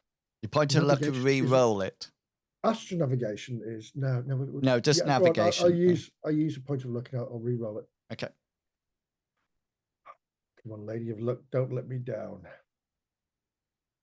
Oh, harsh mistress. So the ship is coming down, and at the last moment, just before the ship's about to descend onto the planet, you suddenly get buffeted by a wind. Everybody sort of like gets knocked to one side as they get buffeted to one side. Could you all make brawn rolls for me, please? Well, I was so glad I put a point in that today. Nobody made their brawn roll. I'm gonna go ahead and spend one of my luck points and give my brawn a reroll, if I may. A reroll? Go for it. And just as bad. Psych. Oh no, 41. You know what? Very nice. I'll do the same thing. Okay, so people who are watching, if you have a hero point allows the players to succeed completely. Automatically. Yeah. I'm more worried about Hammond's brittle bones. Yeah, so am I. And he's not. I'm not. And he's not wearing a nappy at the moment, so God knows what. I am wearing my depends. That's it. So Newman and Hammond, you're fine. Io and Minsk, are you just going with it or looking at? Yep. No. Io. Yeah, I'll just go with it. This is gonna be the second time I hurt myself from the ship. Io, you could look it and just reverse it, which will give you a 50, which means you will succeed. Yeah, I guess I'll do that. That's fine. Okay, so the only person that fails their broad roll is the pilot, which probably makes sense because you're the one getting buffeted around. As soon as the ship starts to get this buffeting as it comes to land, your automatic straps come in to try to restrain you, and that's probably what does the damage to you. Minsk, as it sort of like pulls you back rapidly in the chair. Let's see whereabouts this whacks you in your 9. Oh, but abdomen, which sounds about right. Yeah, it's not a huge amount, and it will be absorbed 40, with 10. Yeah, 2 points of damage. That will be absorbed by armor. But you'll see the wind knocked out of me, definitely. Yeah, and you've definitely maybe cracked a rib or something like that. Craps. Yeah, and you just as it's about to land, it swerves to one side, and you miss what would have been a perfect landing site, and you swim to one side, and then you land the ship. Unfortunately, your landing is not as good as your piloting at the moment. And you land the ship, and what you thought would be solid ground doesn't seem that solid. And as the ship lands, and you put your reverse boosters on to land it onto the thing, you touch down, and then you suddenly find the ship is listing to one direction as the landing pad, the landing wheels, or what do you call them? Landing gear. Thank you. Yeah. Seems to slowly sink into the ground.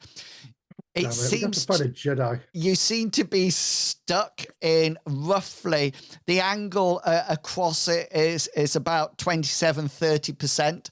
So it's still actually manageable to walk around, but until you get outside, you're not too sure what the damage is. but you do seem to be through the electrical storms now. And like I said, as you look up, if you look up through the view screen, the storms seem to be in the atmosphere above you. There doesn't seem to be any storm below you at all. You figure it's about a 20-minute walk from where you landed to the metal and the transponder code. Yeah. What are the chances of doing a little hop from where we are to the safe landing zone? Now, you're not too sure how you're going to get your ship out of the swamp that it's landed in. You can't get any closer due to trees. Right. Okay.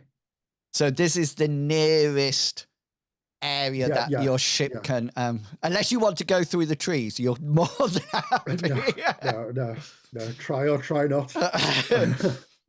No.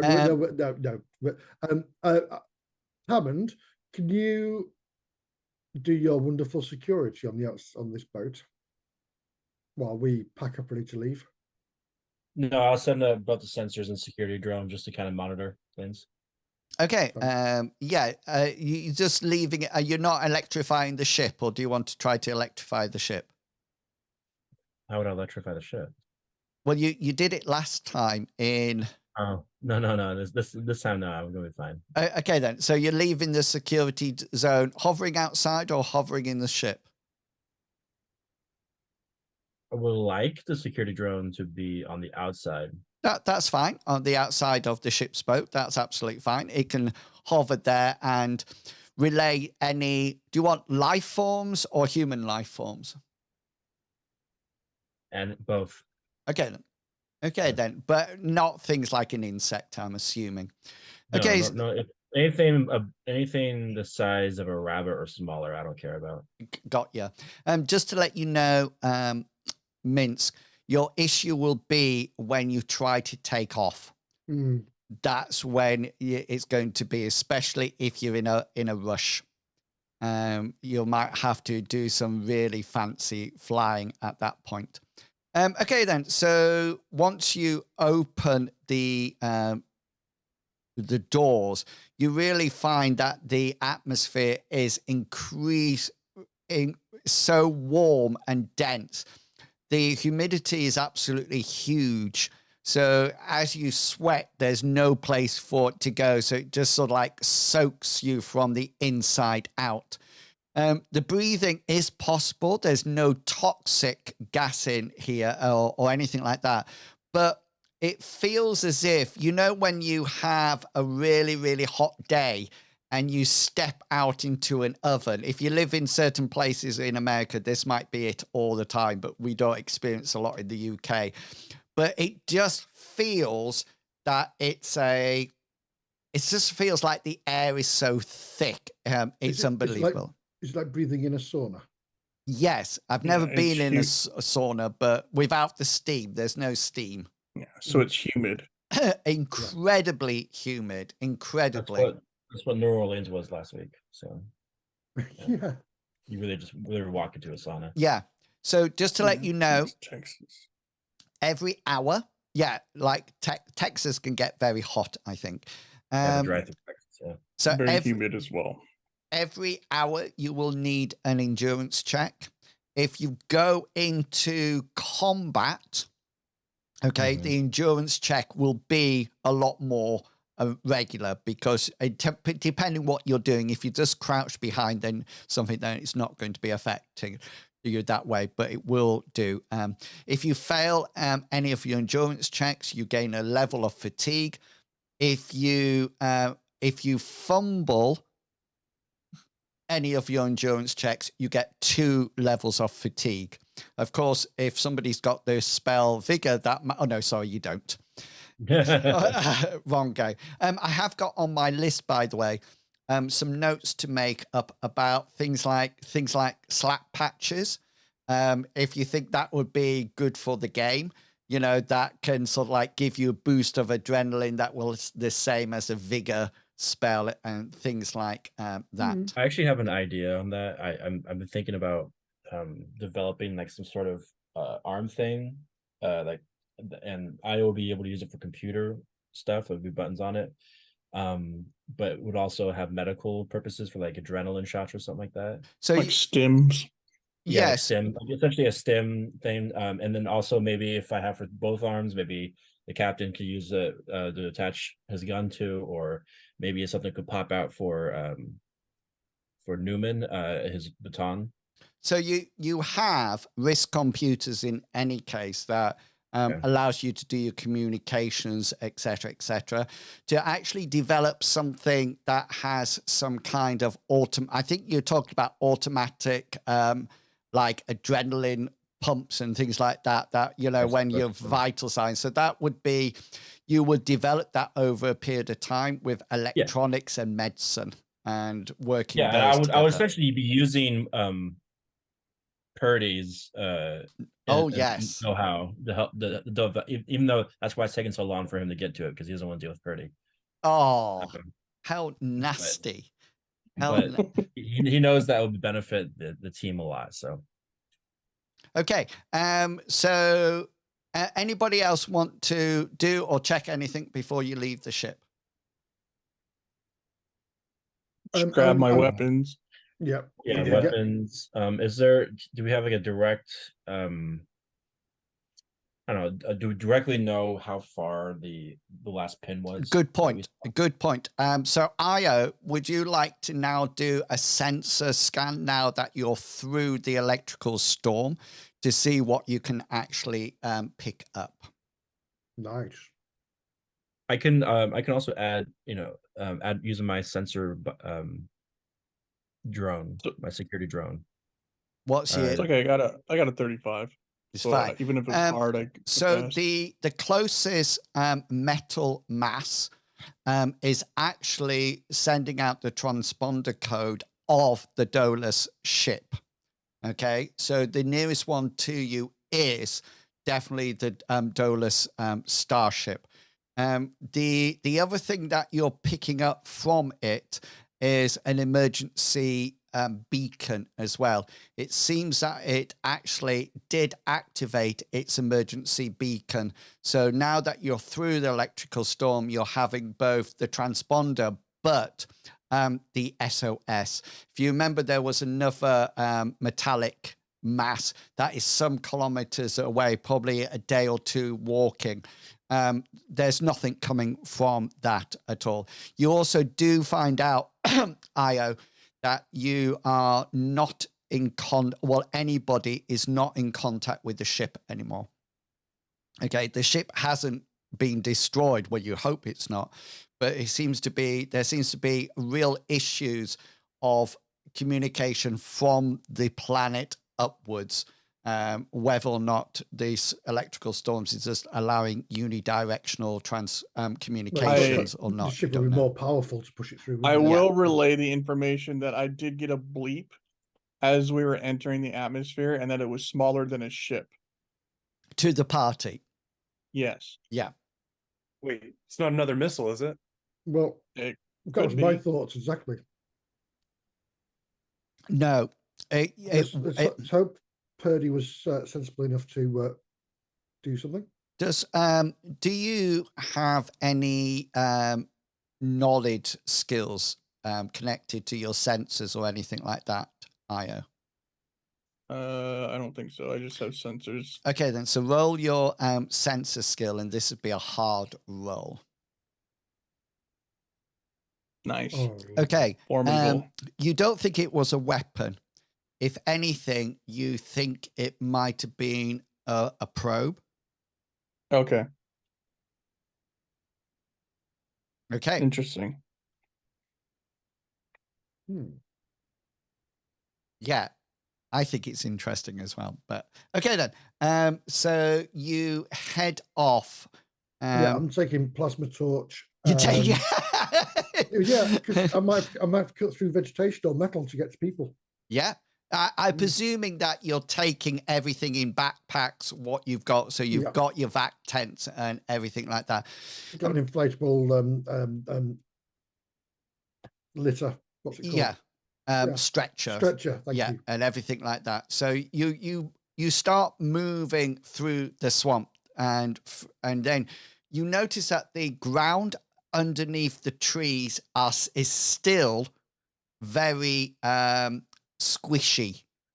It's not pulling you under or anything like that, but there seems to be like a layer, a matted layer of plant material, decaying detritus and things like that, but also vines and not grass-like, but different plants. You at times you don't think you're actually walking on solid ground. You're sort of like on top of this vegetation. Yeah. I'm going to move you onto another screen, okay? But I'll tell you how that goes just in a second. Let me just move you on to this one. Can you see that now? Yes. That's a nice looking ship. Okay, I've got your, you should be able to see your characters there. Can you see your characters all right? Mm-hmm. Mm-hmm. Oh, yeah. Hang on, I'll just move that on to the wrong. Can you move them all right? No. Yeah. Okay, let me just I make cannot.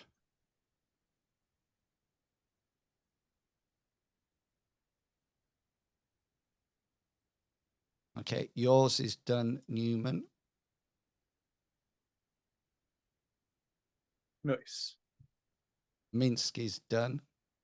Thank you.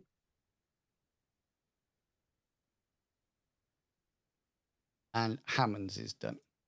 I've been going down with my painkillers. I've been at 3 for 2 weeks, and I've done it over like months, 6 months or more.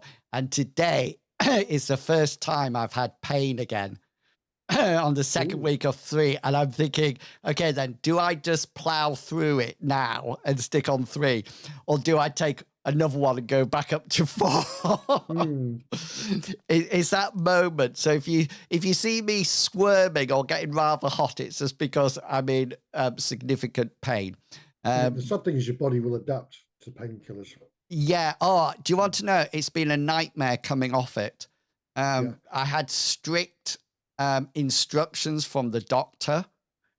What to do, how many weeks. And somebody pointed out in my Twitch chat something that I didn't think of. So when I went from 6 to 5, I was only reducing the dose by 1/6. Yeah. But when I've gone from 4 to 3, I've reduced it by a quarter. And I think that's what Can't you chop them in half? I can do, but basically, he said either stop at 3 or 4. 4 was pre-pandemic that I was at. That's what the consultant put me on. So phone call back in a sec.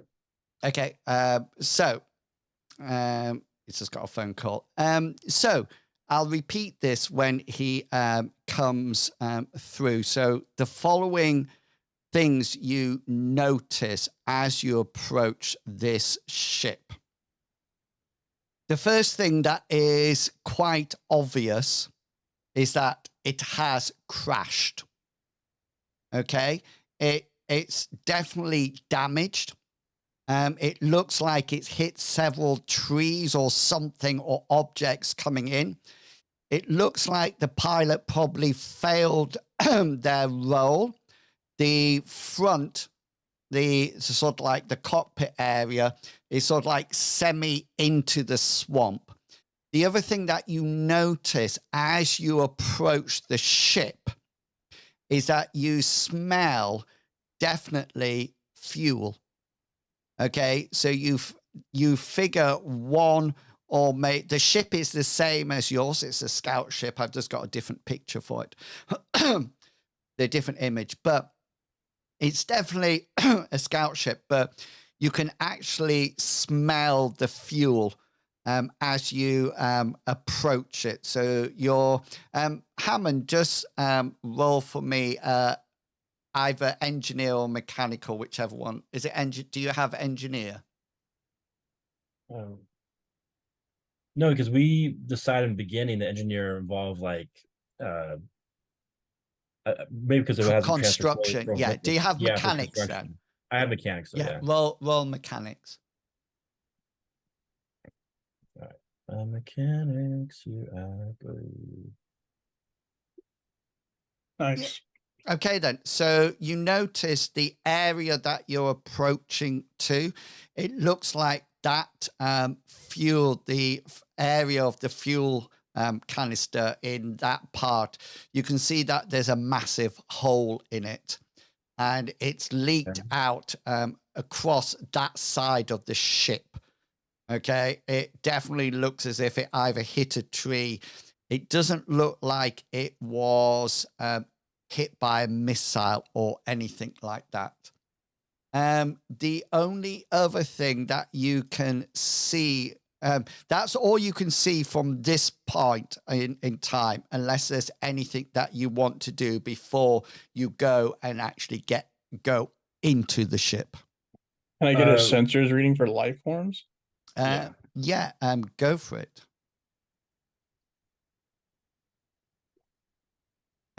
So yeah, there appears to be no sign of life on the ship at all. There's no life form reading. So that's not good. Yeah. I'm going to use my sensor drone. I'm going to be having it take either video footage or camera shots flying around, so that way with evidence that we can show the whoever has hired us. Can you also get it to look for tracks if possible? If yeah, that's what actually left the ship. Okay, so you stay where you are and you do a security a sweep round with your. Did you say your sensor drone? Yeah, because your security drone's still at the ship. This is So roll its sensor skill. Its sensor skill, not yours. What would be its sensor skills? What is that? 50?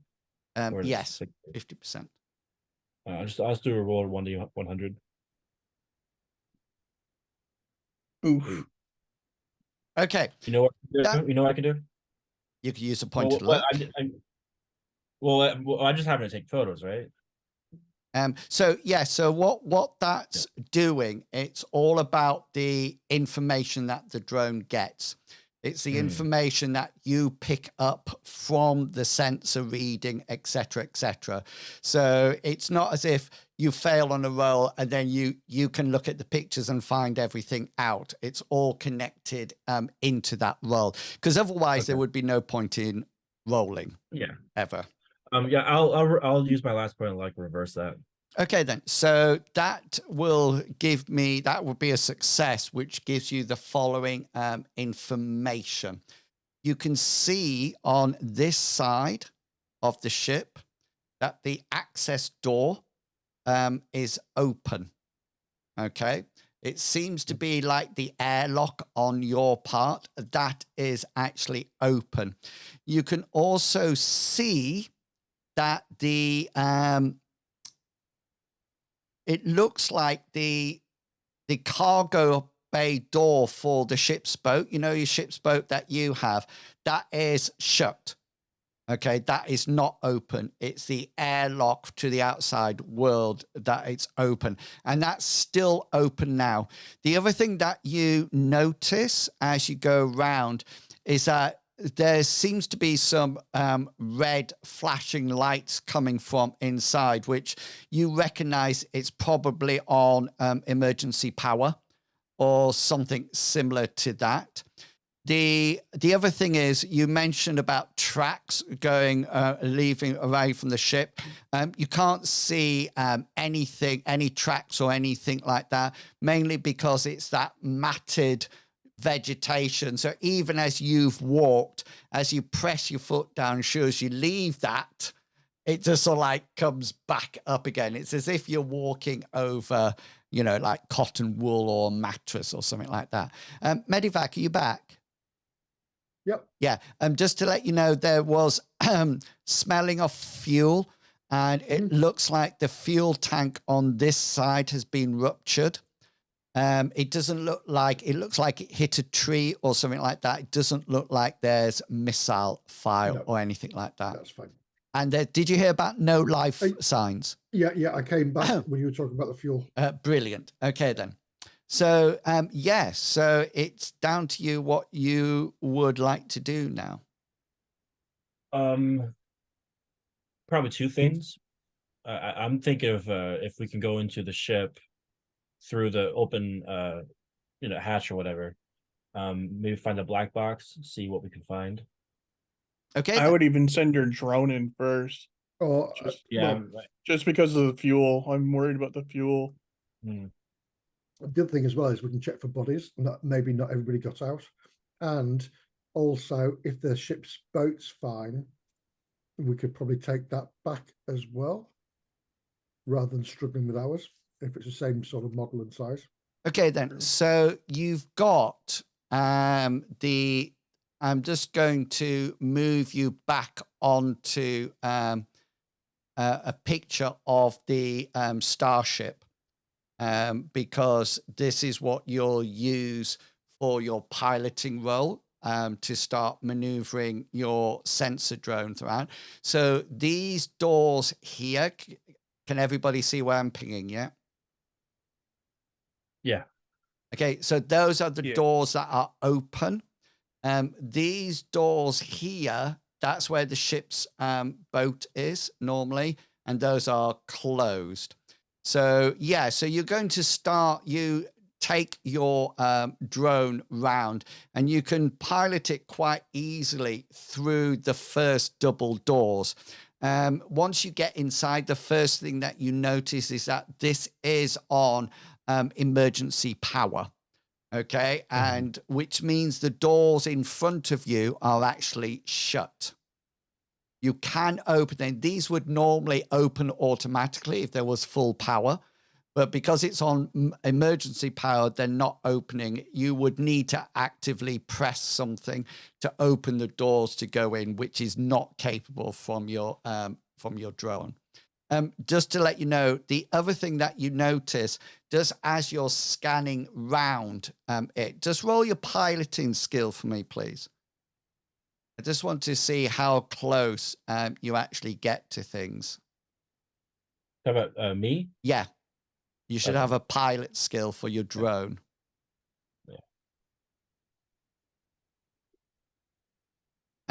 Yeah, okay then. So you do notice as you go around, there's no outside lights on or anything like that.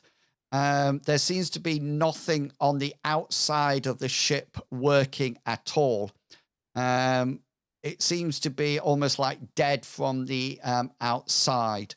It seems to your sensor drone doesn't pick up anything unusual apart from that. It is, like I said, it is on emergency power.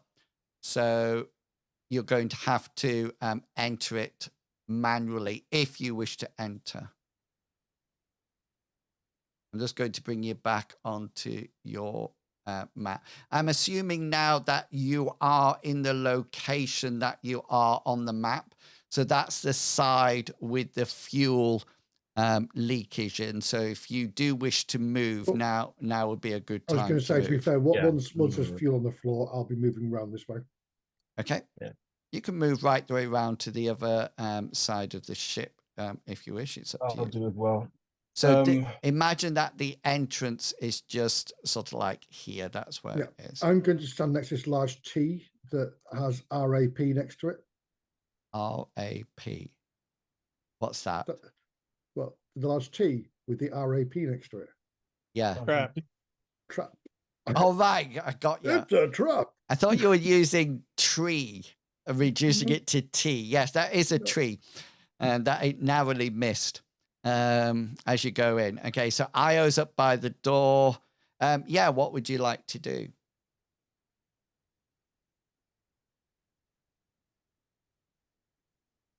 You know what? Screw it. I'm just gonna I'll just do it. Newman, come with me. Let's just open this. Let's see what's going on here.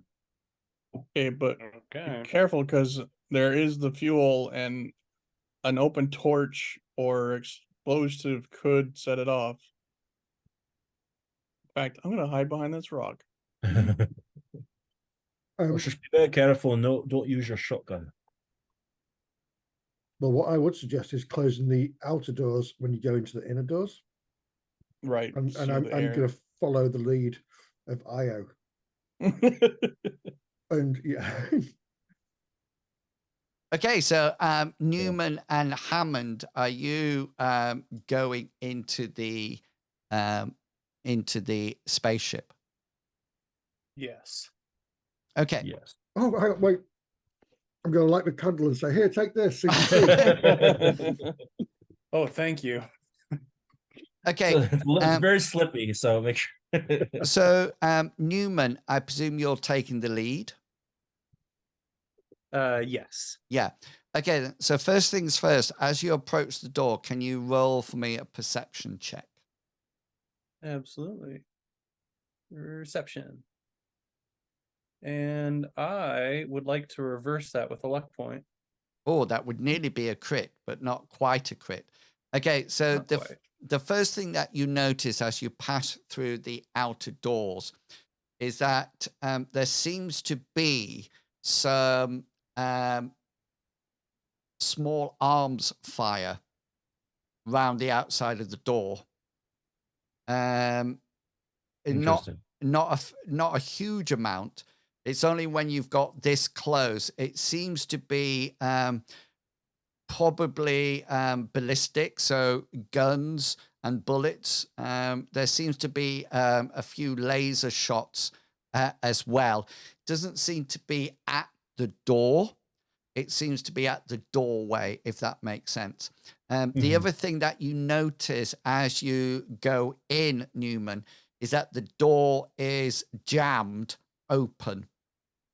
There seems to be no way to actually close it unless you want to use your brawn and physically try to pull it close, which you can do if you wish. I'm more concerned about which direction it was jammed from. Like if it was jammed from somebody on the outside who's like, no, we're keeping this open, or if it seems jammed from the inside. Same with the casings and the shots. Yeah, so it's open at the moment. And it looks like it's jammed open. You don't know why at the moment. There seems to be nothing blocking it or anything, but it seems when you sort of like press the button to get it to close, nothing happens. It just seems to be jammed open. And the small arms fire was on the outside of the ship, not the inside. Does it seem likely that like somebody held their gun outside the ship and was firing from there and the casings fell down? Or does it seem like somebody shot and it like hit the side of the ship? Is there any damage to the outside of the ship, I should say? Only like small arms fire and laser. It doesn't look like it was a big thing or anything like that. It doesn't look like it was from space. It looks like it was from here. And they said it was around the door, not at the door. Yeah. So, and remember the door's slid back at the moment, so you can't see the door, but you can pull it if you want to have a go at your brawn. Okay, I don't want to mess with the door. I'm just trying, I guess, to determine if I can infer that there were two parties shooting guns, or if it was just people from the ship shooting at something. And well, yeah, since there's no like giant branch in the doorway, or no like okay, well you're how you might call it. Well, you're inside. Has the activation button on the outside been shot? Perhaps. Oh, look at that. Newman, you think it was people from outside shooting in, from your knowledge of things like that. It looks like I'll mumble that. Yeah. Yeah, okay, I'll tell Hammond that. So let me just do this. I'm just grabbing your tokens. Just 1 second. Because now that you're in the ship, I need to know whereabouts you're going to be. I'll move everybody up to the ship. While they're inside, can at least Io walk around like the rocks and the edges looking for shells then? Or maybe the swamp would have sucked it in, but... You can, by all means, spend time looking around if you wish. So Newman... Yeah, so you start heading around just this side of the ship, I'm presuming, yeah? Yeah. Not the oily part, not the fuely part. No. Okay, then. So Io, roll me a perception check. Newman, you've come up to this door. This door is shut. It manually needs to be opened. Do you wish to look that or leave it how it is, Io? I guess I'll re-roll it. Okay. I'll use my last point. No, I'll save it for sending the information back up through the clouds. Okay. Remember, your luck is refreshed via sessions. Oh, I know, but So I know we're almost done. But Yeah. like I guess I'll spend it. Are you spending it? Rolling I it guess again? we're at the end of the session. Yeah, roll so. it again then. They always fall for that Nice. trap, don't they, in Wills? Say again, Always fall sorry. for that trap. They always fall for that trap. You know something bad's going to happen the next 4 minutes. I'll tell you what you find in a second. Newman and Hammond, you've come up to this first door. There seems to be no power to it, Newman. It looks like you're going to have to use your brawn to open it. Yeah, that's the power I'm going to apply to it, is the power of my electricity. Yeah. Hammond, you should just probably stand back for this one. I don't want you smelling up this chamber. Go right ahead, lad. Okay. So with you managed to get some hold on it with your fingers and push the door backwards, which reveals the corridor in front of you. And that seems to be a good place to leave it for this week. So next time we play, I'll give the information, Io, from your perception check, and Newman and Hammond, I'll tell you what you see in the corridor before you. I'll let you speculate. This door didn't seem to be locked, Newman. It just seemed to be closed, but it seemed to have no power to it. Okay, so that's why you moved it open. Okay, people, that's where we're going to leave it for tonight. Thank you for everybody who's been along and supported. Thank you to everybody in the chat. We'll find out next time we play what Io finds outside and what Newman and Hammond find inside. So do come back. If you've missed any of today's session, remember it'll come up on YouTube. It'll be up this Wednesday for early access for supporters on Patreon and Ko-fi, and then so you get a week extra. Then it'll be up for everybody else the week after that. But if you've seen it live, then that's absolutely fantastic. Let's go around the table if anybody would like to say anything. And Captain Kangaroo, I'm not coming to you, just so you know, because but he has so much he wants to do. I know. So much to do. That's what worries me. Let's start with you, Medivac. All right, thanks. Right, so our Call of Cthulhu at the moment on Monday night is postponed until the 11th of September. Wow. Well, it's summer holidays, it's work commitments. Yeah. So not all of us can make it. We all have to be there. Thursday nights we do Warhammer Fantasy Roleplay, which is a D100 and so damn well. Brilliant. I forgot how good it was. Seems nice. I like the setting of it at the moment. Oh, it's fantastic. It's very grey. There's no good or evil or anything. It's very and the fact that if you haven't put a point in a skill, even though you have that skill, you can't use it to assist or anything like that because which is nice. Nice. Sunday night at 7 o'clock, we're just 4 of us are messing around with Baldur's Gate 3. Oh, so yeah, we started last week and it was fun. Revenge of the Mind Flayers, I call that game. Yeah. Who are you playing? Are you a warlock? From my norm, no, I was going to be. I'm a warlock in my main campaign, but in this game, I am a barbarian. Ooh, barbarian is so much fun to play. Yeah, I like to hit things. I love just being like a big tank that hits things hard. Yeah, that's exactly what this is. That's like your Spelljammer character. Yes. That's right. He was a barbarian. A barbarian. Yeah. Brilliant. That fantastic. sounds, Yeah, thank and you. it's Medivac the Healing Hoover, isn't it? Yeah, Medivac the Healing Hoover. Brilliant. Mr. Pickles. Yes, I'm Mr. Pickles, and I have a little podcast show. It's on Apple and Spotify podcasts. It's called And I Took That Personally. It's not really about TTRPGs or anything like that. It's just about movies that my friend Brad and I talk about relentlessly, though I guess there is one that's specifically about TTRPGs. So if you want to hear about movies and hear about Brad and I talk about things, And I Took That Personally. Yeah, fantastic. I highly recommend it. It's very good. It is. And Tickety Tex, well, is there anything you would like to share?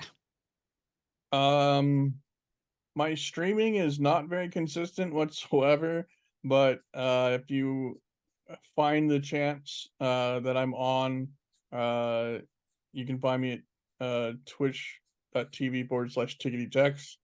Last time I was playing Palia for a little bit. Yeah. For a couple hours. I'm now level 30 in that game. Out of?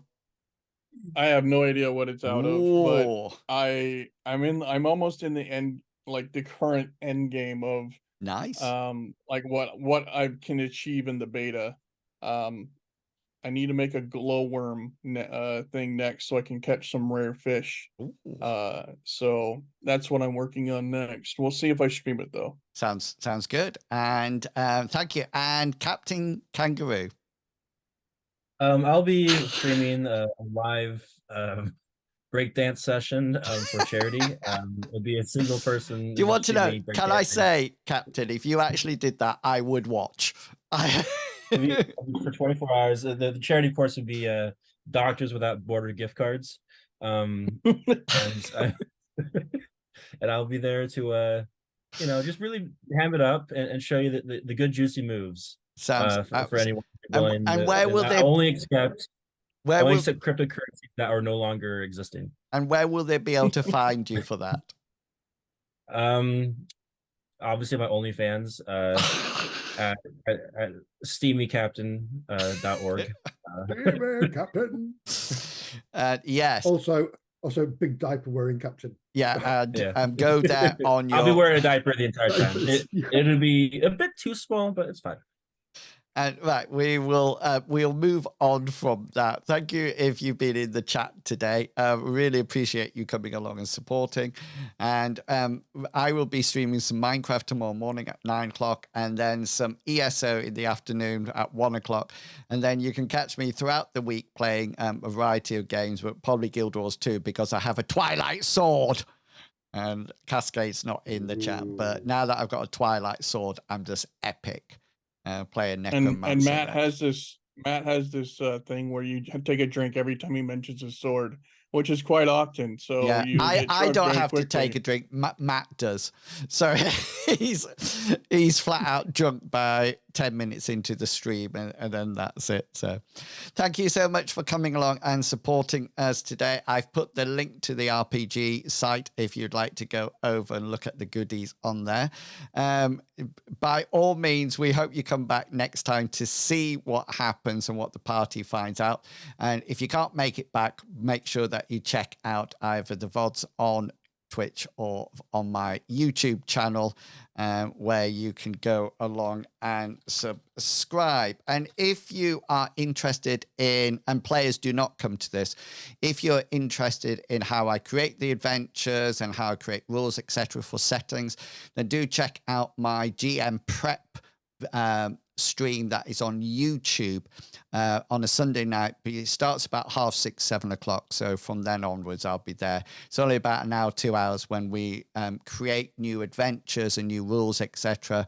And you're welcome to come along and provide any suggestions. I might not take a word of them, but it's often good to have somebody to bounce ideas off. So people who have been... It's really good. I recommend it. Yeah. So people who have been coming the last couple of weeks, you will know what is behind the door of the door number 1. And we'll go on and do this. Chuggerwugger asked me where I got the wonderful assets for the picture. I thought I did really well with this one. I thought it looked really cool. Nobody mentioned it though. Nobody said, wow, that's excellent. I said that's a cool looking ship. Thank you. but nobody else did. That's a pilot seat right at the front. It is, yeah. These are beds. I don't know what these are. But it is a nice. It's a fun ship. It is. It's a very nice ship that I bought specially. So thank you for coming along tonight. I hope you enjoyed it as much. Thank you to the players as well for giving up their time. We'll see you next time. Until then, stay safe and healthy, but most importantly, stay positive. I'll just say goodbye, and then I'll let them say goodbye as well. Now. Goodbye. Goodbye as well. Thank you. Oh, right now? Okay. Bye, guys. Bye. Bye.